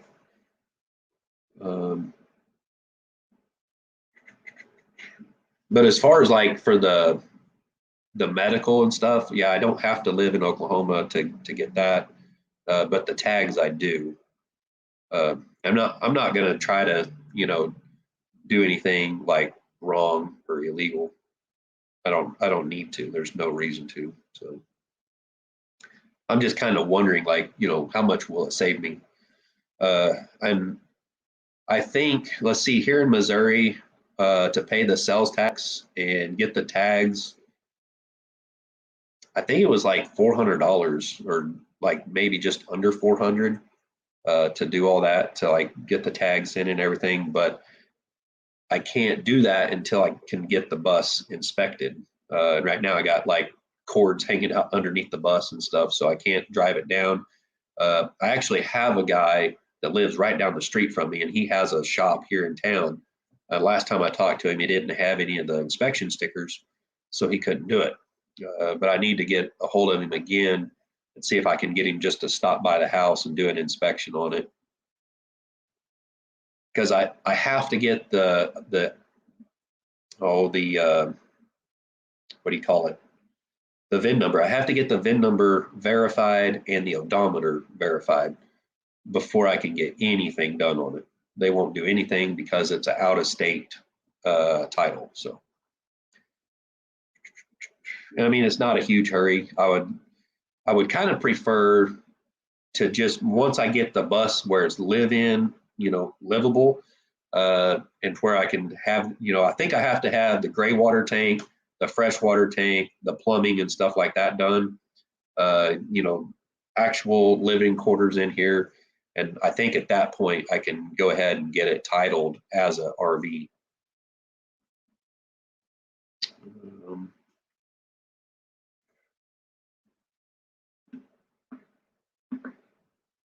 like a boy said, I'm ready for grass to come back.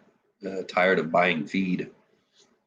Yeah, I've got my chickens locked up right now. My rooster that was out with them got hit a week or two ago, week and a half ago, I think it was, when it was like really cold out. And I couldn't put the chickens up for nothing. With that rooster, he would not get into the coop. He would get up on top of the coop. He was teaching the hens to fly up on top of the coop. And I said, well, they're okay up there. They're protected or whatever. But then he goes out and, he didn't protect the hens from the bobcat, or warn them, I guess, in time. And so I was losing hens left and right. I'm down to 2 hens right now. Uh, I started off with something like 13 or so, and he got hit by a car. And that night, the 2 hens got in the coop. They're like, hey, this is where we belong. And so they got in the coop, and I've had them locked up in there ever since. But it's a good thing too, because I was able to put tarps and boards up to keep the wind off of them, so they don't get frostbite so bad. But yeah, I've been buying feed for them like forever now. It seems like. Um, let's see. Carolyn Messer said snowy and balmy 25 degrees in Ohio. Balmy. I don't know what it is here, but it feels like it's at least 50 degrees, maybe more. I could probably, since I'm on StreamYard, I can actually look that up. See? All right. That person may not be a fake account telling me happy birthday, but then I got messages on here. Oh, it's my son telling me happy birthday. All right, let me look at see what the temperature is. Enjoy blessed life. As long as we are warm inside, we love the snow outside. The Smokies get snow in the national park, but they close the roads. We don't get as much snow most of the time. I just don't like being cooped up inside. Like it's been really, really cold here for a good bit now, and just kind of made it miserable where I can't, it doesn't make sense to get out here in the bus and have to run that heater full blast and go through a bunch of fuel in it, just trying to keep it warm enough in here to work in here. Um, and but at the same time, in doing so, I've learned that I need more insulation in here. I need another heater in here for sure. I definitely need to be getting a wood burning stove in here for sure. Um, and I'm going to be putting that on my Amazon wish list. Um, I don't know if I can find that exact heater on there on Amazon. It's a mini cubic, the Cub, I think it is. But Adam said he had a hot tent wood burning stove, which would probably work too. I just have to look at it. That would be pretty cool. And that was another thing I was considering is if I was to get something like that, I could actually cook on it in the wintertime too. So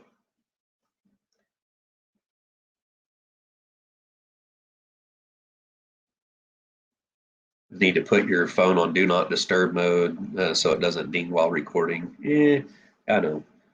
Let's see. It is 54 degrees here today. Right there. 54 right now.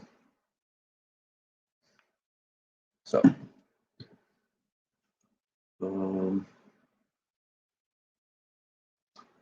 Rebecca Davis, Touched by Yarns, and making knitted hats and crocheting scarves.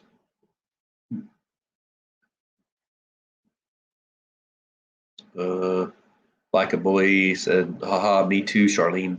All right. Where's Charlene at? Like, did I miss that again? Or are you calling someone else Charlene? Because I don't know who Charlene is.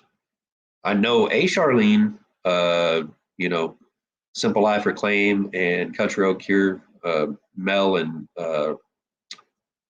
Anthony's mom. Her channel is Now What Travel Ready on a Not So Simple Road. That's a long channel name. I kind of think she should maybe shorten it, but I found out what the story was behind her doing that channel name, and I totally get it. So, and I was like, man, there a lot of thought went into that name.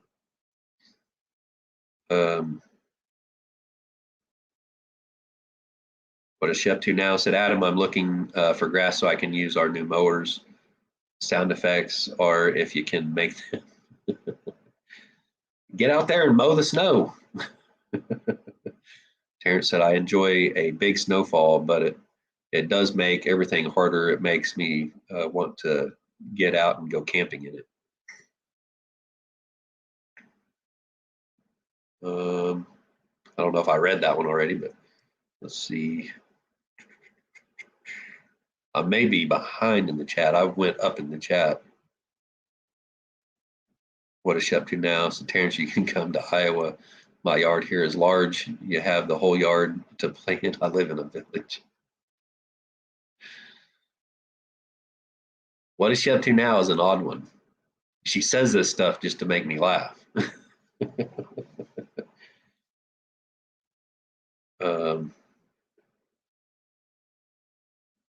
What is she up to now? Said Adam, I'm not Mel's mom. My name is JT. LOL. He said, oh dang, I'm sorry.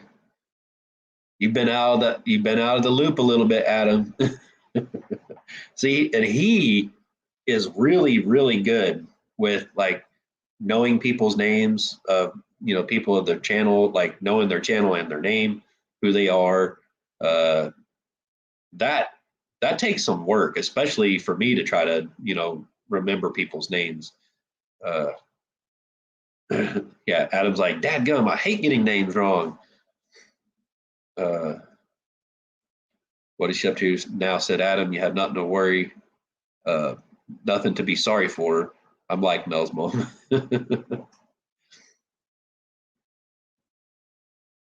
uh, Adam, it's a sign of old age, mixing up names, or you have too many kids.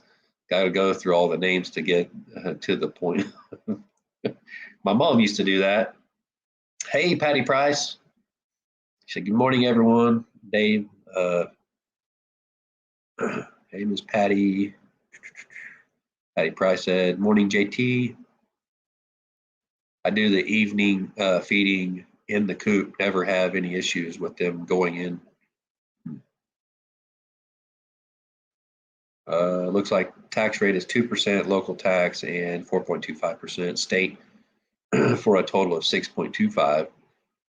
Based on $4,000, that'd be $249. I know it's more than that. It was 300 and something is what she told me. But she could have just like been ballparking it or something to just give me a number. But I don't know. She sat there and she figured it all up and told me what it would be, and I completely forgot what it was. I know it was. I remember me thinking, okay, I've just got to have $400 to come up here, and then I know I have enough. So it was like three something. Um,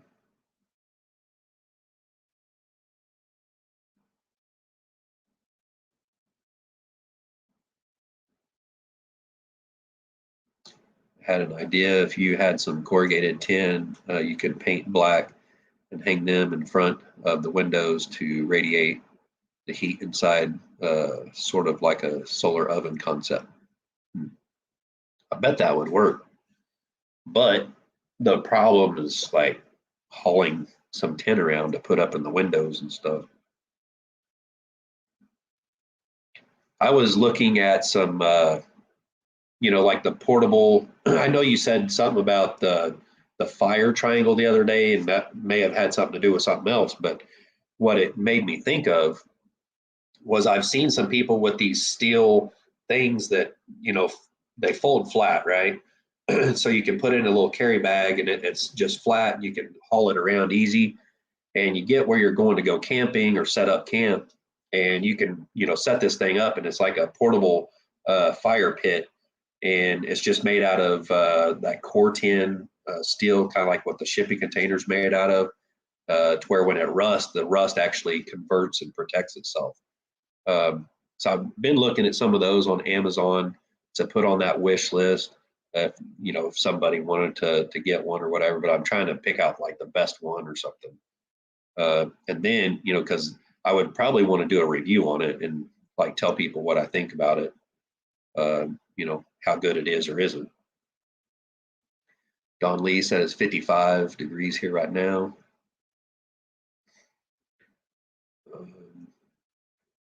You can definitely have this one. I will send you pics and measurements on Facebook. Cool. Thanks, Adam. I'll have to check it out. I don't know when I'll be able to come over there next, but I definitely, when I get this bus done, I'd love to be able to make a trip over there with the bus to hang out for a day or two and go fishing or something. That'd be sweet. Or a day or three. It would suck to make that trip and only be there for like a weekend or something.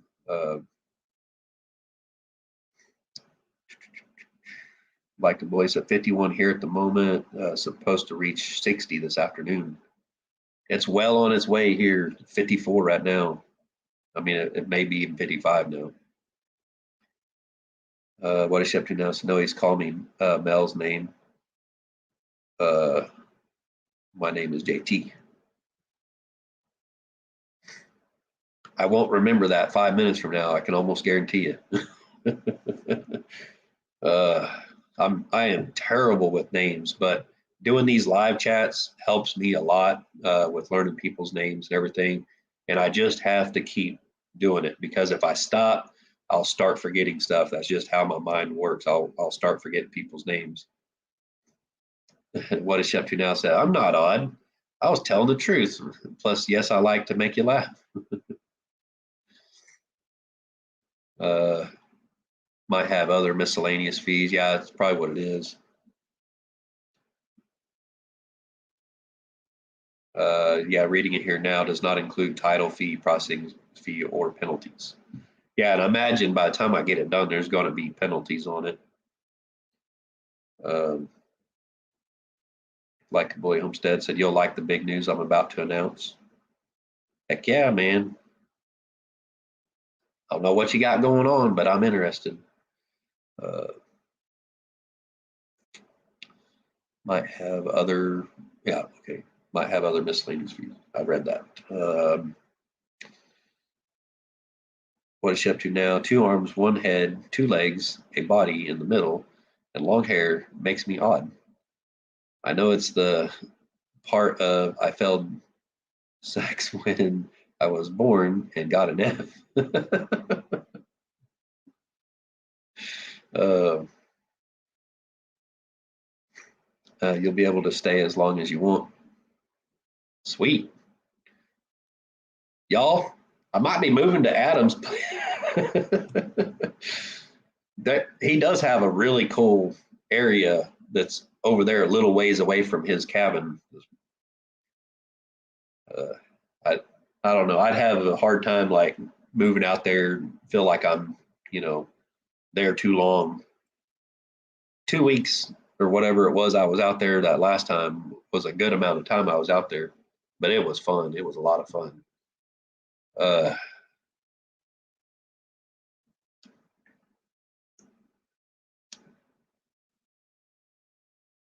yeah, I got to go look at that picture of your beanie again. I'm just wondering what she's going to send me.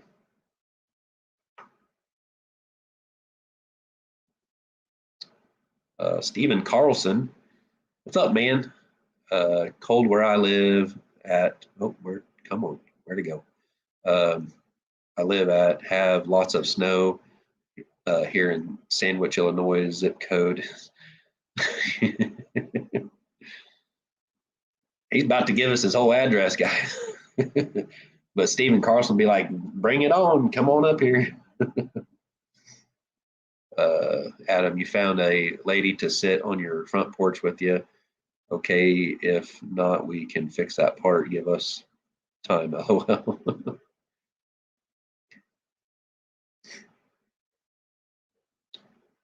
He's got neighbors up there that come over and hang out. Some really, really cool neighbors. Al is like, I think he's over there probably every day or so. And Al's a really cool dude to hang out with. Don Lee said, I got to go cooking some chicken up for my fur babies. All right, Don, we'll see you. Said, I hope everyone has a great day. Patty Price said, hi, Rebecca Davis. Hi, Steve. I don't even have a porch yet, big enough to sit on. He's got that the pallet. What do you call it? It's not like a porch swing, but because it's not a swing, it's more like a bench, I guess, or did have last I knew. Everyone's saying bye to Dawn. Joy Bless Live saying hi to Stephen Carlson. Yeah, we got to meet Stephen Carlson out there at that meetup. He came over and hung out at the mill for a bit. Probably should have put him on the mill. Said, here, run it. But then the Sawyers, they might have been like, dude, what did you do to this lumber? they wanted like certain sizes kind of out of the lumber, but it's a little harder to get like certain dimensions when it's really, really long and you've got a whole bunch of taper in the log. Yeah, going to be making more outdoor furniture soon, but cabinets are next. Heck yeah. We'll be making some rustic cabinets, probably with that driftwood. That driftwood is some nice wood that he's got. I looked at some of those slabs that had just a little bit of spalting in them. I was like, man, do you know how much these slabs are probably worth? You can sell them for a bunch of money. I mean, I've sold some spalted slabs here that was like 1.5 inches thick to a guy that makes duck calls, turkey calls, deer calls, stuff like that. and he paid a good amount of money for those couple of small slabs. And I made Tracy Jordan a coffee table out of one of those slabs. Uh, and basically, I sold her the coffee table for less than what I sold those slabs to the guy that makes the duck calls and everything. He makes a lot of turkey calls, like the pot calls and stuff, and he dyes them and everything. I'm trying to think of the name of his channel. If you guys want to go check it out, and Sam Brewster, that's his name. You find him on Facebook. That was named Sam Brewster, and I believe his YouTube channel is Brew Calls. I did a video on it one time. I went over to his house, and he actually made the deer call, the breast cancer awareness deer call that Tim over at Ridge Life has. He made that, and I did that video on that and everything. So, if you guys want, go check out that video. That was pretty cool. Getting to hang out with that guy, and at that time, I was still learning like some of the things you can do when you're making duck calls and stuff.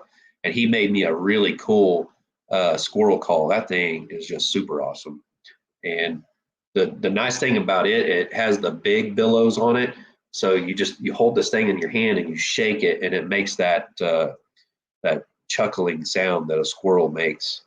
Like if you ever been deer hunting and you're sitting out in the woods and you're just like, man, I'm not going to see a deer today. So I used to carry a turkey call that, one that you put in your mouth, and I would sit there and make just crazy noises with it and stuff. And when you're out in the woods and you're up in the stand and there's a crow around and it finds out where you're at, that thing will find a tree limb that's just out of your sight where you can't really see him, so you can't shoot him. And he's sitting over there crowing, just calling at you, like letting all the other animals in the woods know where you're at. And so I would just start making these like screaming eagle sounds with that turkey call in my mouth, messing with the crow and stuff over there in that tree. Next thing you know, you got squirrels coming up, and they're barking at you and everything. It's kind of fun. Like even when you go out deer hunting and you don't get a deer, but you interact with the wildlife out there, and it kind of becomes a game. It's sort of fun to do that. It just I don't know. It's something crazy I have done in the past when I went deer hunting. I haven't been deer hunting in years because I haven't needed to. Um, well, I mean, I went deer hunting a couple years ago with my son, and he got one over here off the neighbor's property, which that was not much fun for me because he shot it a little far back, and we had to track that thing for a good ways. Um, and then so we had to drag it a long, long ways up and down a lot of hills out here.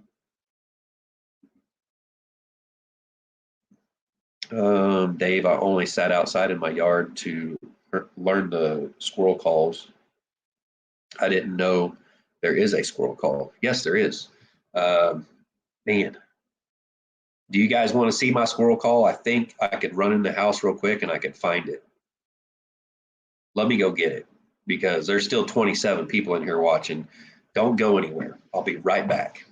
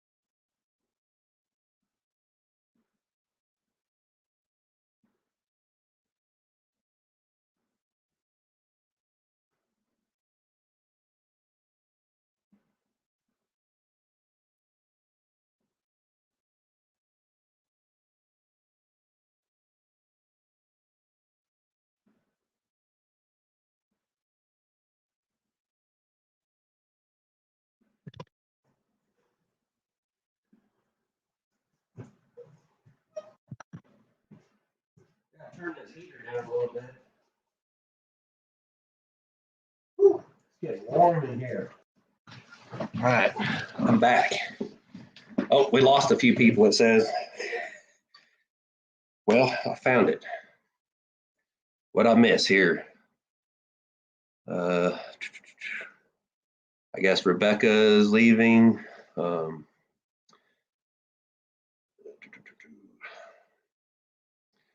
Stephen Carlson YouTube channel, yes. Rebecca Davis said, I'm going to be filming my first video today, so I got to get going. It's been great being here. Yeah, totally do. Like if you start that, the beanie for me today, definitely record that. I'd love to see it. Trying to catch up here. The bounce of the bus while walking, was it bouncing? I was not really walking. I was kind of almost a sprint. Stephen Carlson said, still here. What is she up to now? I'm still here. JB Conway, what's up? Good day, blessings to all. All right, still got 24 people here. So here is the Squirrel Call. And he signed it. I don't know if you guys can see that. It's hard to see, but he signed that. And it's actually kind of like a piece of dyed plywood. It's a special kind of wood. It's a plywood that he gets just for this right here. But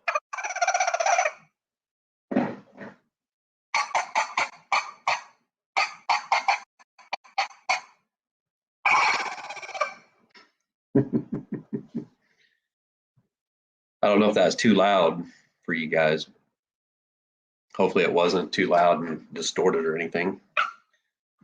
It's super easy to, I need like a silencer to like a, I don't know, like a cork or something I could plug into the end and have a string attached to it or something, because it's super, super easy to make noise. Let's see. And then I got some of my duck calls. There's one that I kept for myself right there. I casted this myself. It's still a little bit soft and pliable. I used Alumilite's UV resistant to make this one here. And I made this a long, long time ago, and I'm squeezing the end of it right here. It's a lot harder than what it used to be, but I can kind of deform that a little bit. I'm not very good at the duck call. Stephen Carlson said, fantastic. This was the one I was actually making for Preston over at Oklahoma Adrenaline Life because he likes the color red. But I met him there at the meetup and I let him take his pick and he picked out a different one. It was a really cool one. I gave one to, I gave two of them to Jason Crocker, and I gave one to Matt Payne. Matt Payne's actually pretty good at a duck call, believe it or not. And I gave one to Ricky, and I can't remember the name of his channel. Dang it. Sorry, Ricky, if you watch this. I know he lives up there in Kansas, up there by Wichita. Man, why can I not remember his channel name? But here's one of my original calls that I just bought this one. I think this is like a coyote call. It's like a rabbit in distress. I don't even know exactly how you use it, but I just make weird noises like that. Or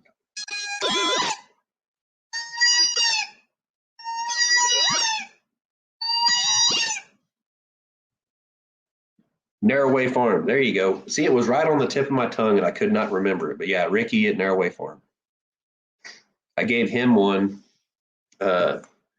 He had commented on my Facebook. He's like, man, I really like that one. And it was like one that I messed up on. I was like, seriously? You like that one? He's like, oh, yeah, yeah. I was like, it's yours if you want it. And when I seen him there at the meetup, he came out there by the sawmill. I was like, here you go. There's your duck call if you want it. And he took that one. I was like, well, that's pretty cool. It was kind of a bluish clear one, and it wasn't like really messed up. It was an odd shape that I didn't really care for that shape too much. I like these shapes right here a lot better. I really kind of like this one here. That one was kind of a new shape for me to make and everything. But the other one I made that he got was kind of odd, and you could see through it, and there was no way for me to polish the inside of it, so you could see the tooling marks and stuff.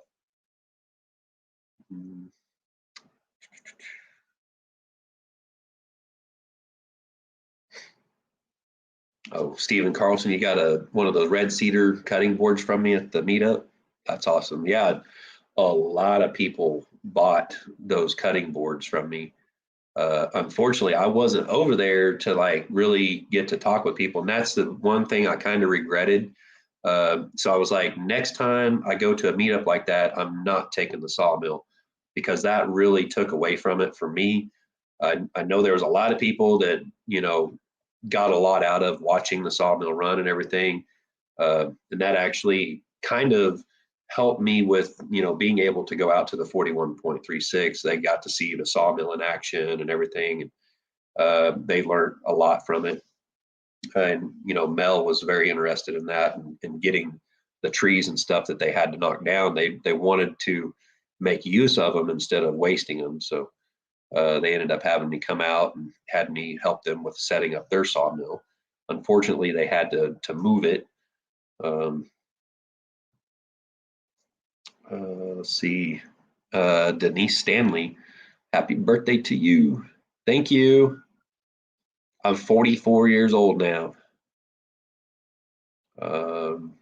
Joy Blessed Life said, just saw a YouTube video this morning of a newborn baby cry, and a mama deer came running towards the baby. Wow.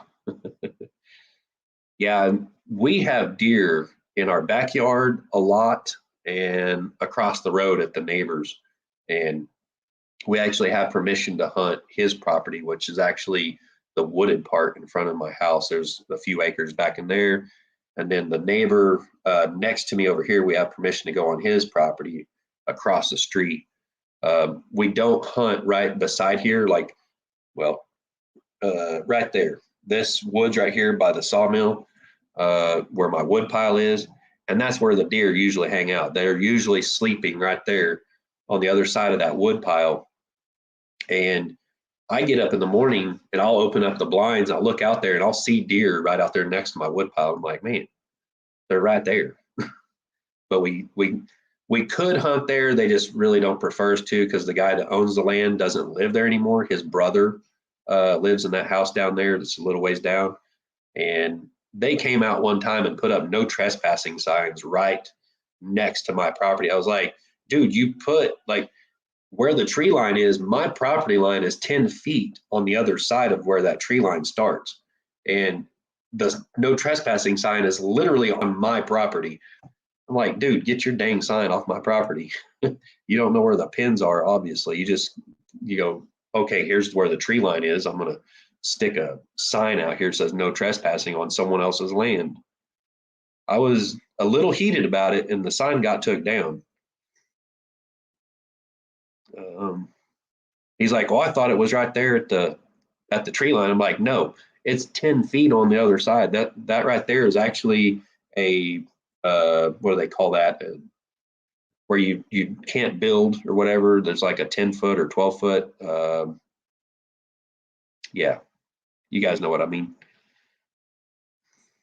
Patty Price said, happy birthday, Dave, and many more. I got to run.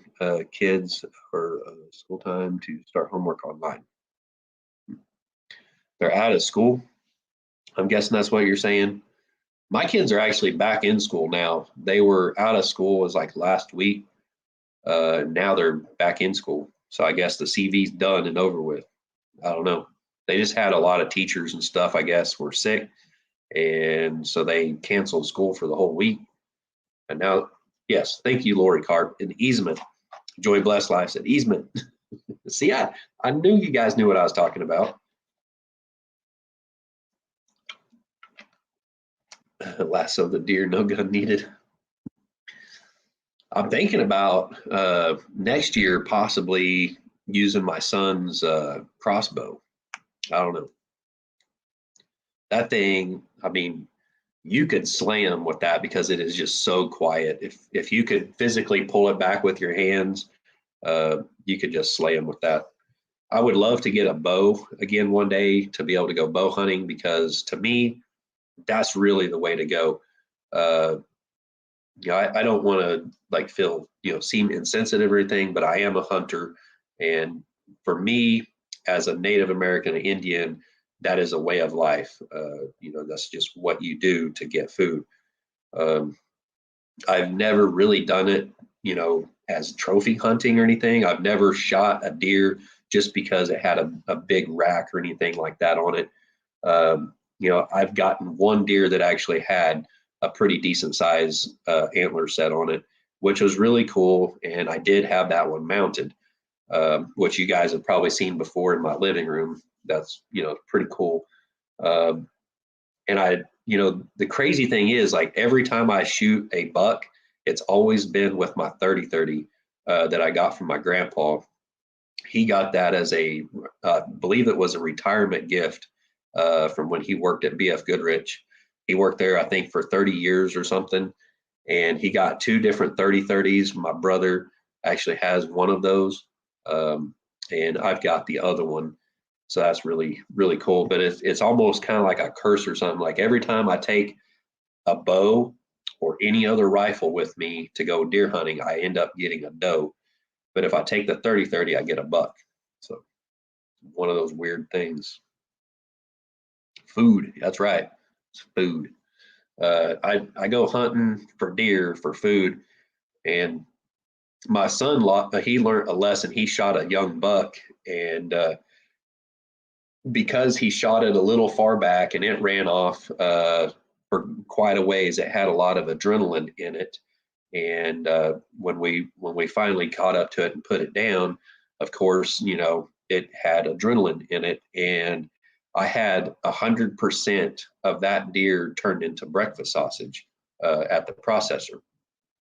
Then every time I would eat that venison breakfast sausage for breakfast, by the end of that day, I would notice that I felt all tensed up and everything, and I would start getting like muscle cramps in my legs and stuff. And I finally put two and two together. I was like, wait a minute, that deer was the one that my oldest son had got. And the way that it went down, we didn't just let it, expire. We ended up shooting it again and took it out. That is definitely not the way you want to have to do it. You want a nice clean kill where they just don't even know what hit them. That's the whole idea. But unfortunately, he had kind of a bad shot placement, and it ended up kind of tainting the meat. And it ended up just like, or I didn't even want to eat that breakfast sausage meat from that anymore, because the first time I was like, I got those muscle cramps and stuff, and I said, man, that's crazy. I wonder if it's the meat. And the next time, the same thing. And the next time, the same thing. Is every time I ate that deer meat, I would, feel real tense that day. It started like 30 minutes or so after I ate. I start, noticing that I was like tensed up and everything. And I'm pretty sure that's what it is the adrenaline was still in that meat. So that's another reason to make a clean shot. What is she up to now? So Dave, I know what you mean, but you laugh at that. It would work. And throw clogs or whatever those things with stones on the ends. Yeah, I don't remember what those are called. Man, yeah, I don't remember. They won't be able to move. Can't eat antlers. That's right. Doe meat is way better. It's way more tender. it wasn't too long ago. I got some of the back straps out of the freezer and cooked those up in the crock pot. Man, that was good. I ended up made it kind of like pulled pork. Just came apart, was super tender. Had some barbecue sauce in there, really good. Stephen Carlson said, "Love bow hunting for deer."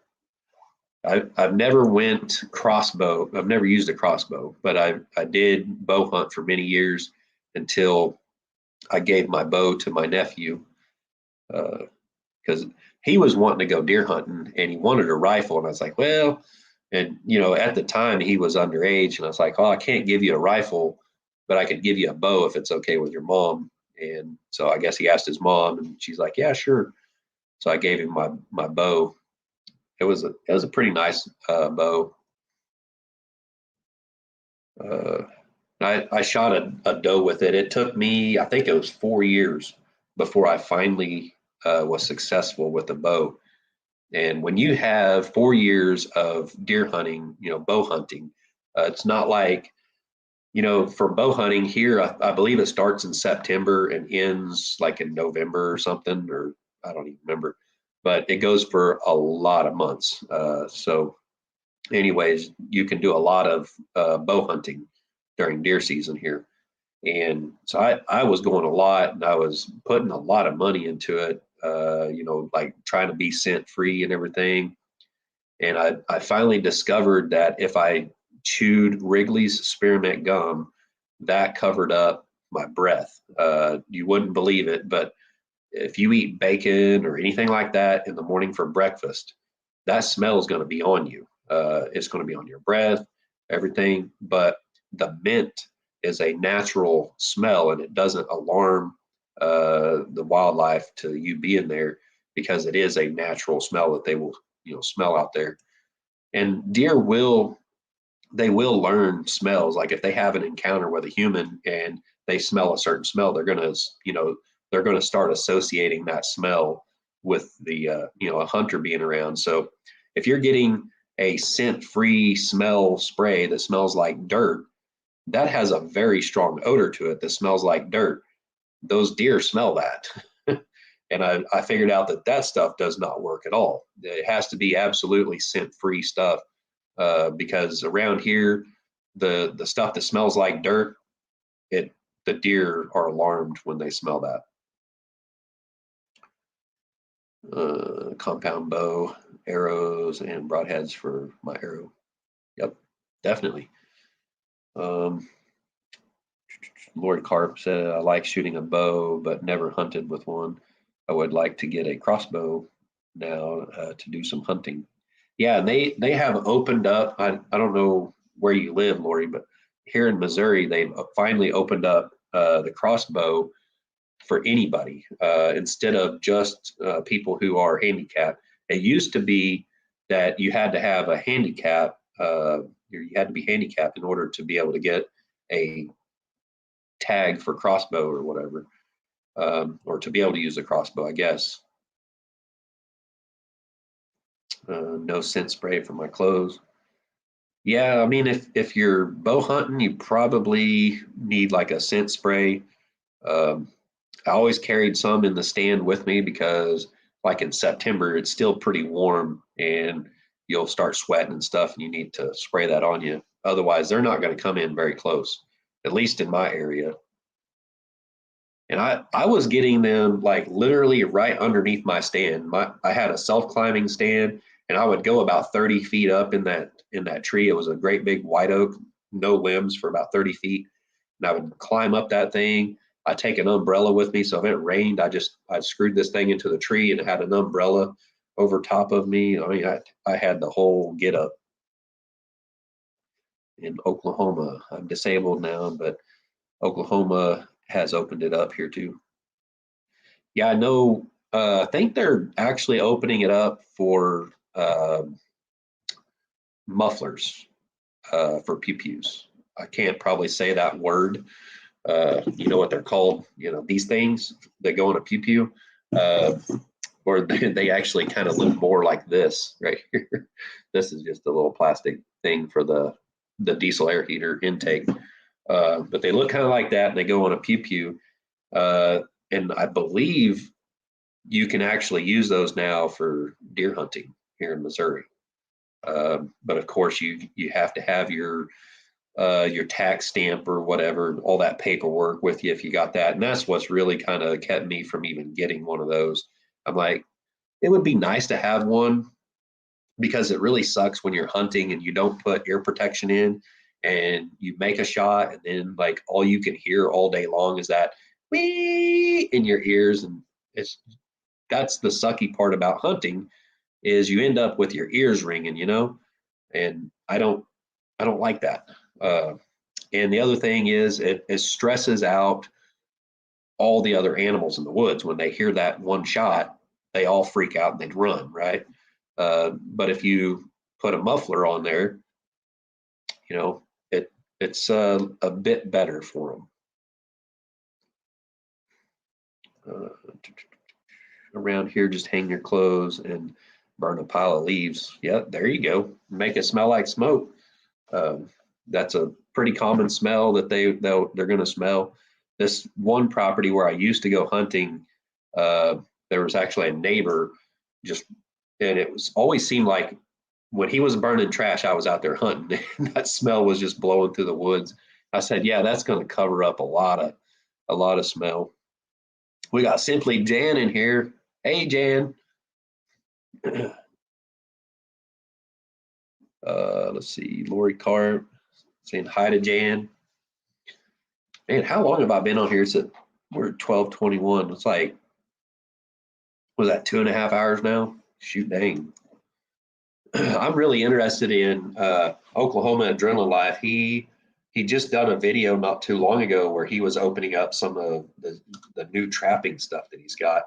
And I don't know, about 2 or 3 years ago, my cousin-in-law gave me a little book that teaches you everything about setting traps, trap lines and everything.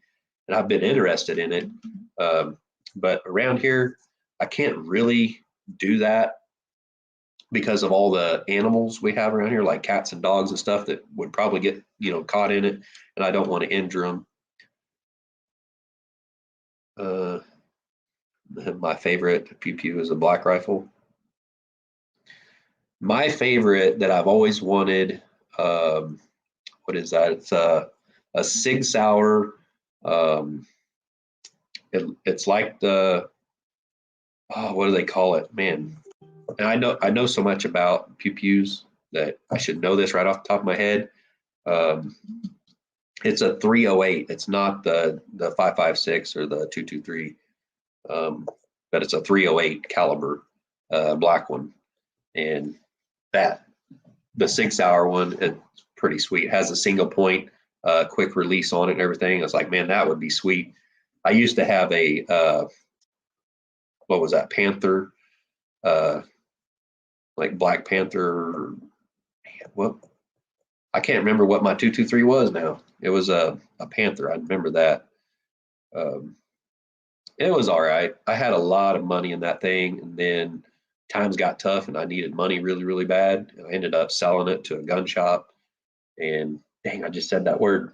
I sold it to a shop, and what they gave me for it was like a quarter of what I had into it. I was just like, I hated doing that. I've got a few that I would let go of right now for the right amount. I had told Jared that because I think he was looking for one of those small ones or something, and he actually used one of them out at the 41.36. I was like, hey, that thing's for sale for a good price. Especially going to him, I know it'd be going to a good home.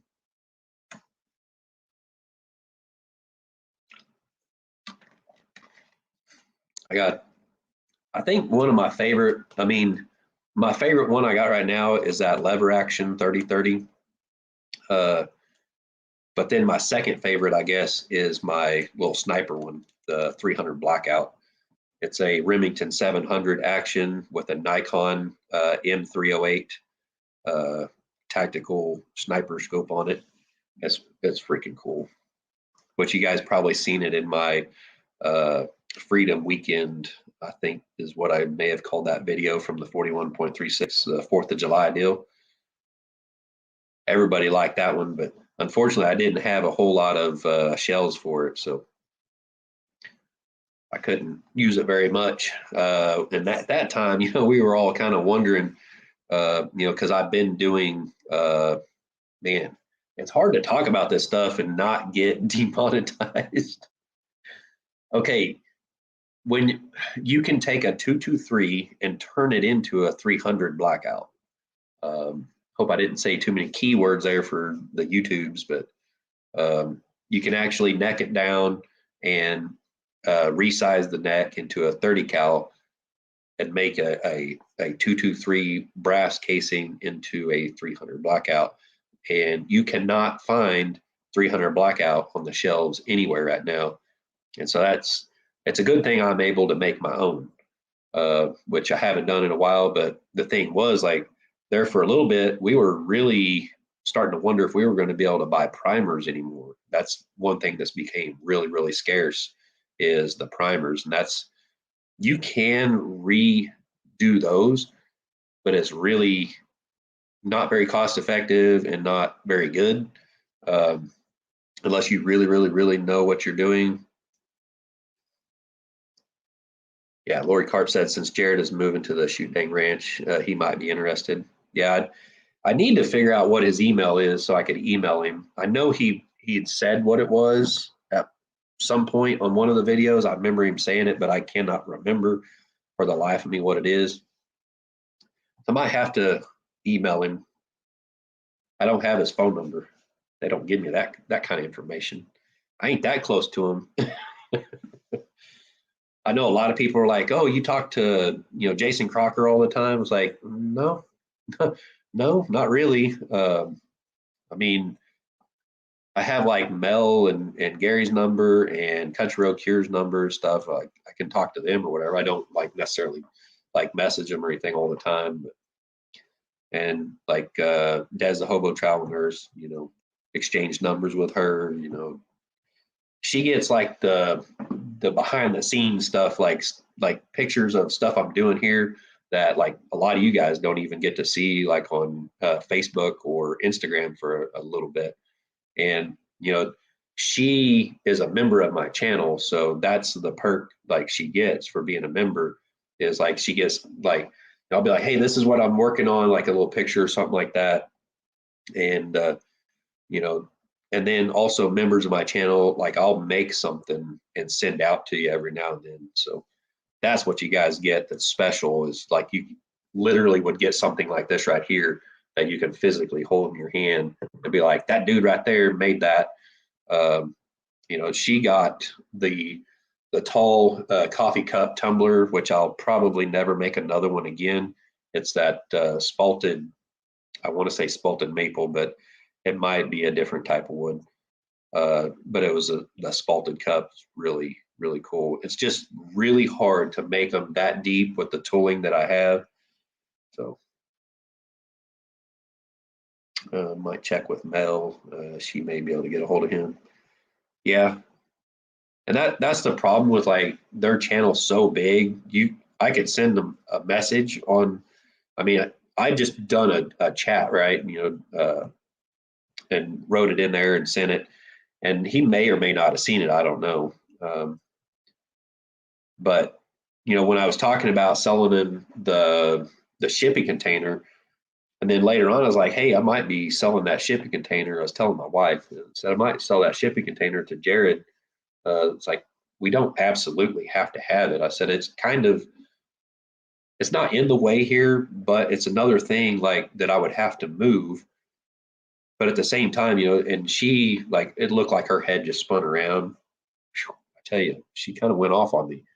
She's like, "Where are you going to put all your stuff? You're going to need that to put all your, your tools and stuff in." Like, true, but I also have a shed here too. It's a little shed which won't really hold all my stuff, but I have a sawmill, and I would just build a pole barn as quick as I could. The thing is, like, if I have a shipping container, where am I going to put it? where am I going to move that to?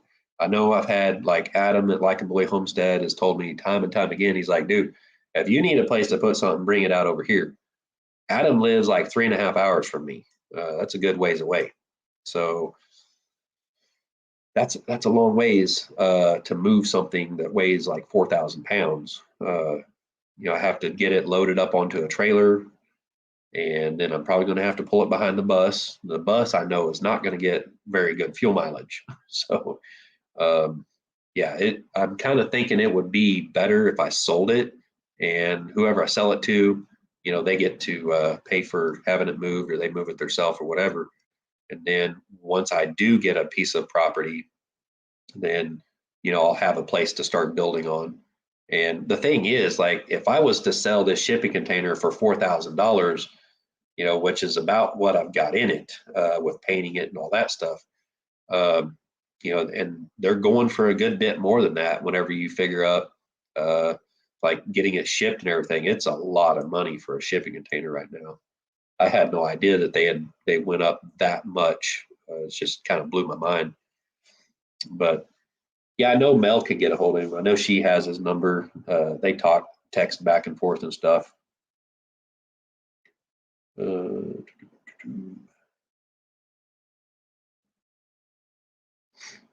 Simply Jan, Firearms Depot has great prices on things. Are you talking about the primers?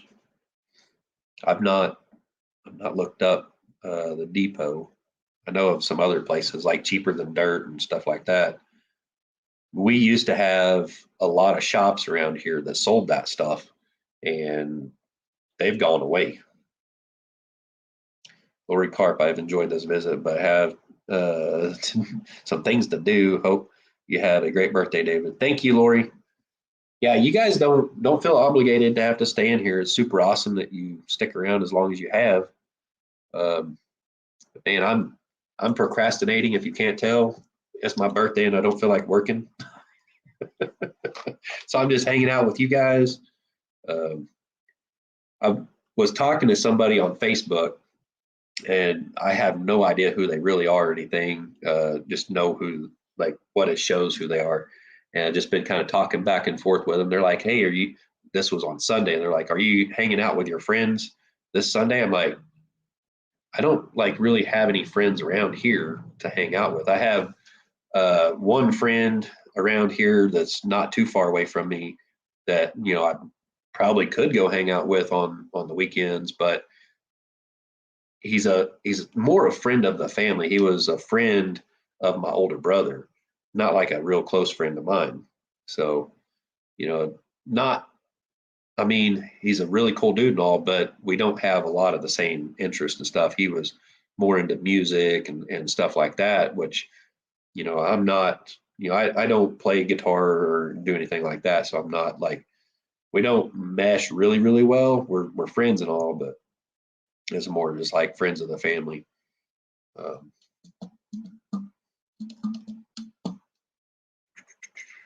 Simply Jan, I have to get to the store. You have a great day. All right, Jan, we'll see you.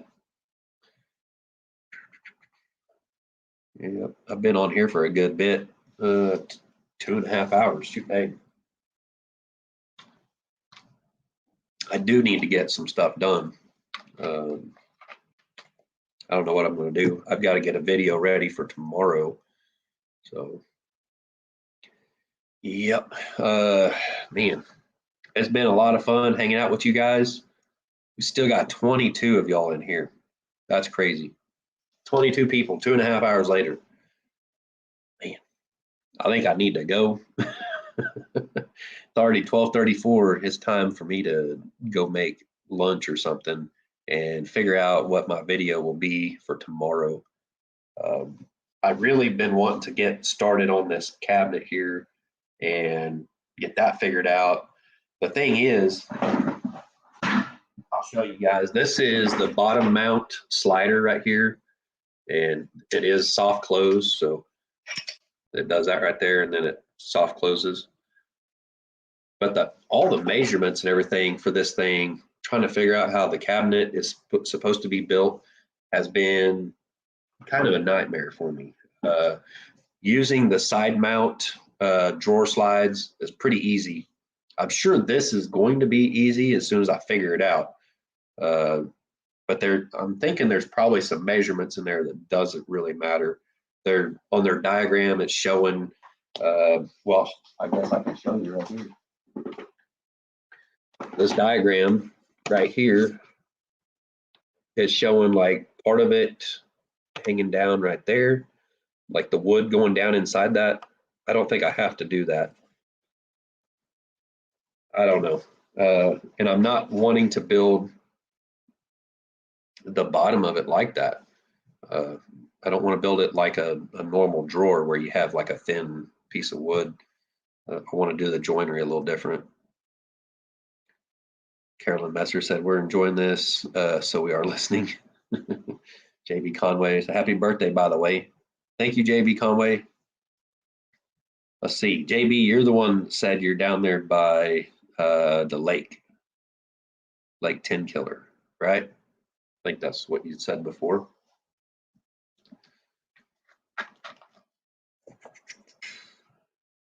I still have not looked that up.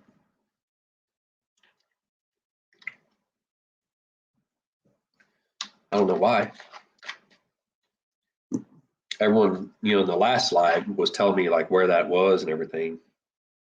Yeah, I've got all kinds of messages on my phone now, so I haven't been looking at them for a bit.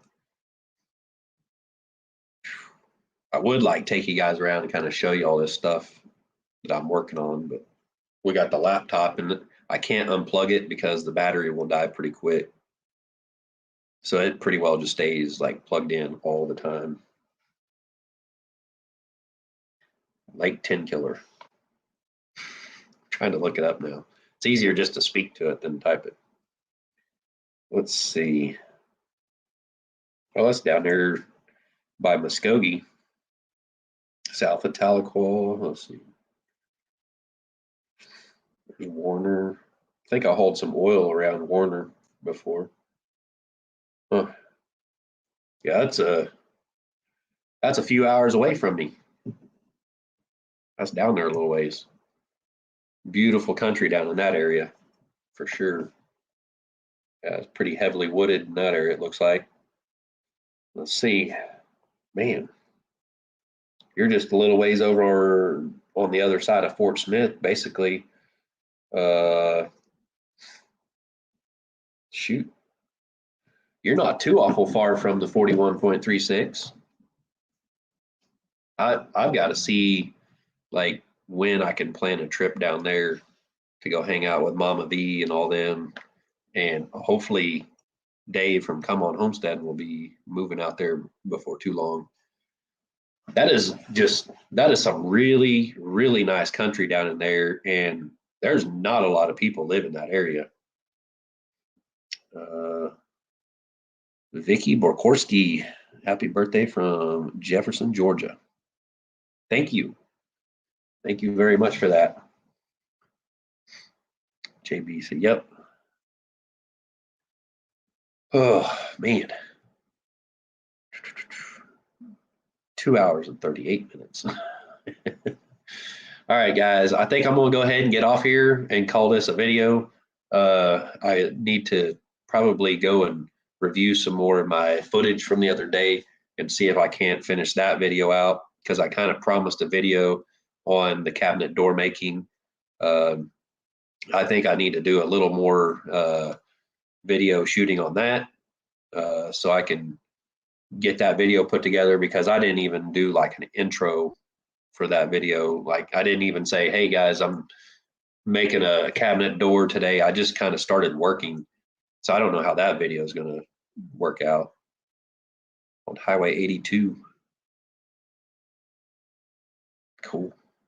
Yeah, I think I want to say MT Homestead. I'm wanting to say that was the lake they took their boat to on the like maiden voyage. I'm not 100% sure though, because they live kind of down that way, somewhere around Muskogee, I think. All right, guys, we're going to call it a video, and I'll see you guys next time. Next live will be Friday at 7 p.m. So See you guys there. Thank you so much for watching.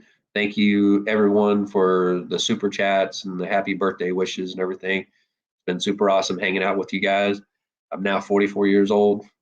Time for me to go get some stuff done. JB said, yep, I'm an hour from Fort Smith, Fayetteville, and Tulsa. Man, you're right there in the spot, man. That's awesome. Sandy Wilkerson said, bye, David. Bye, guys. We'll see you next time. Bye.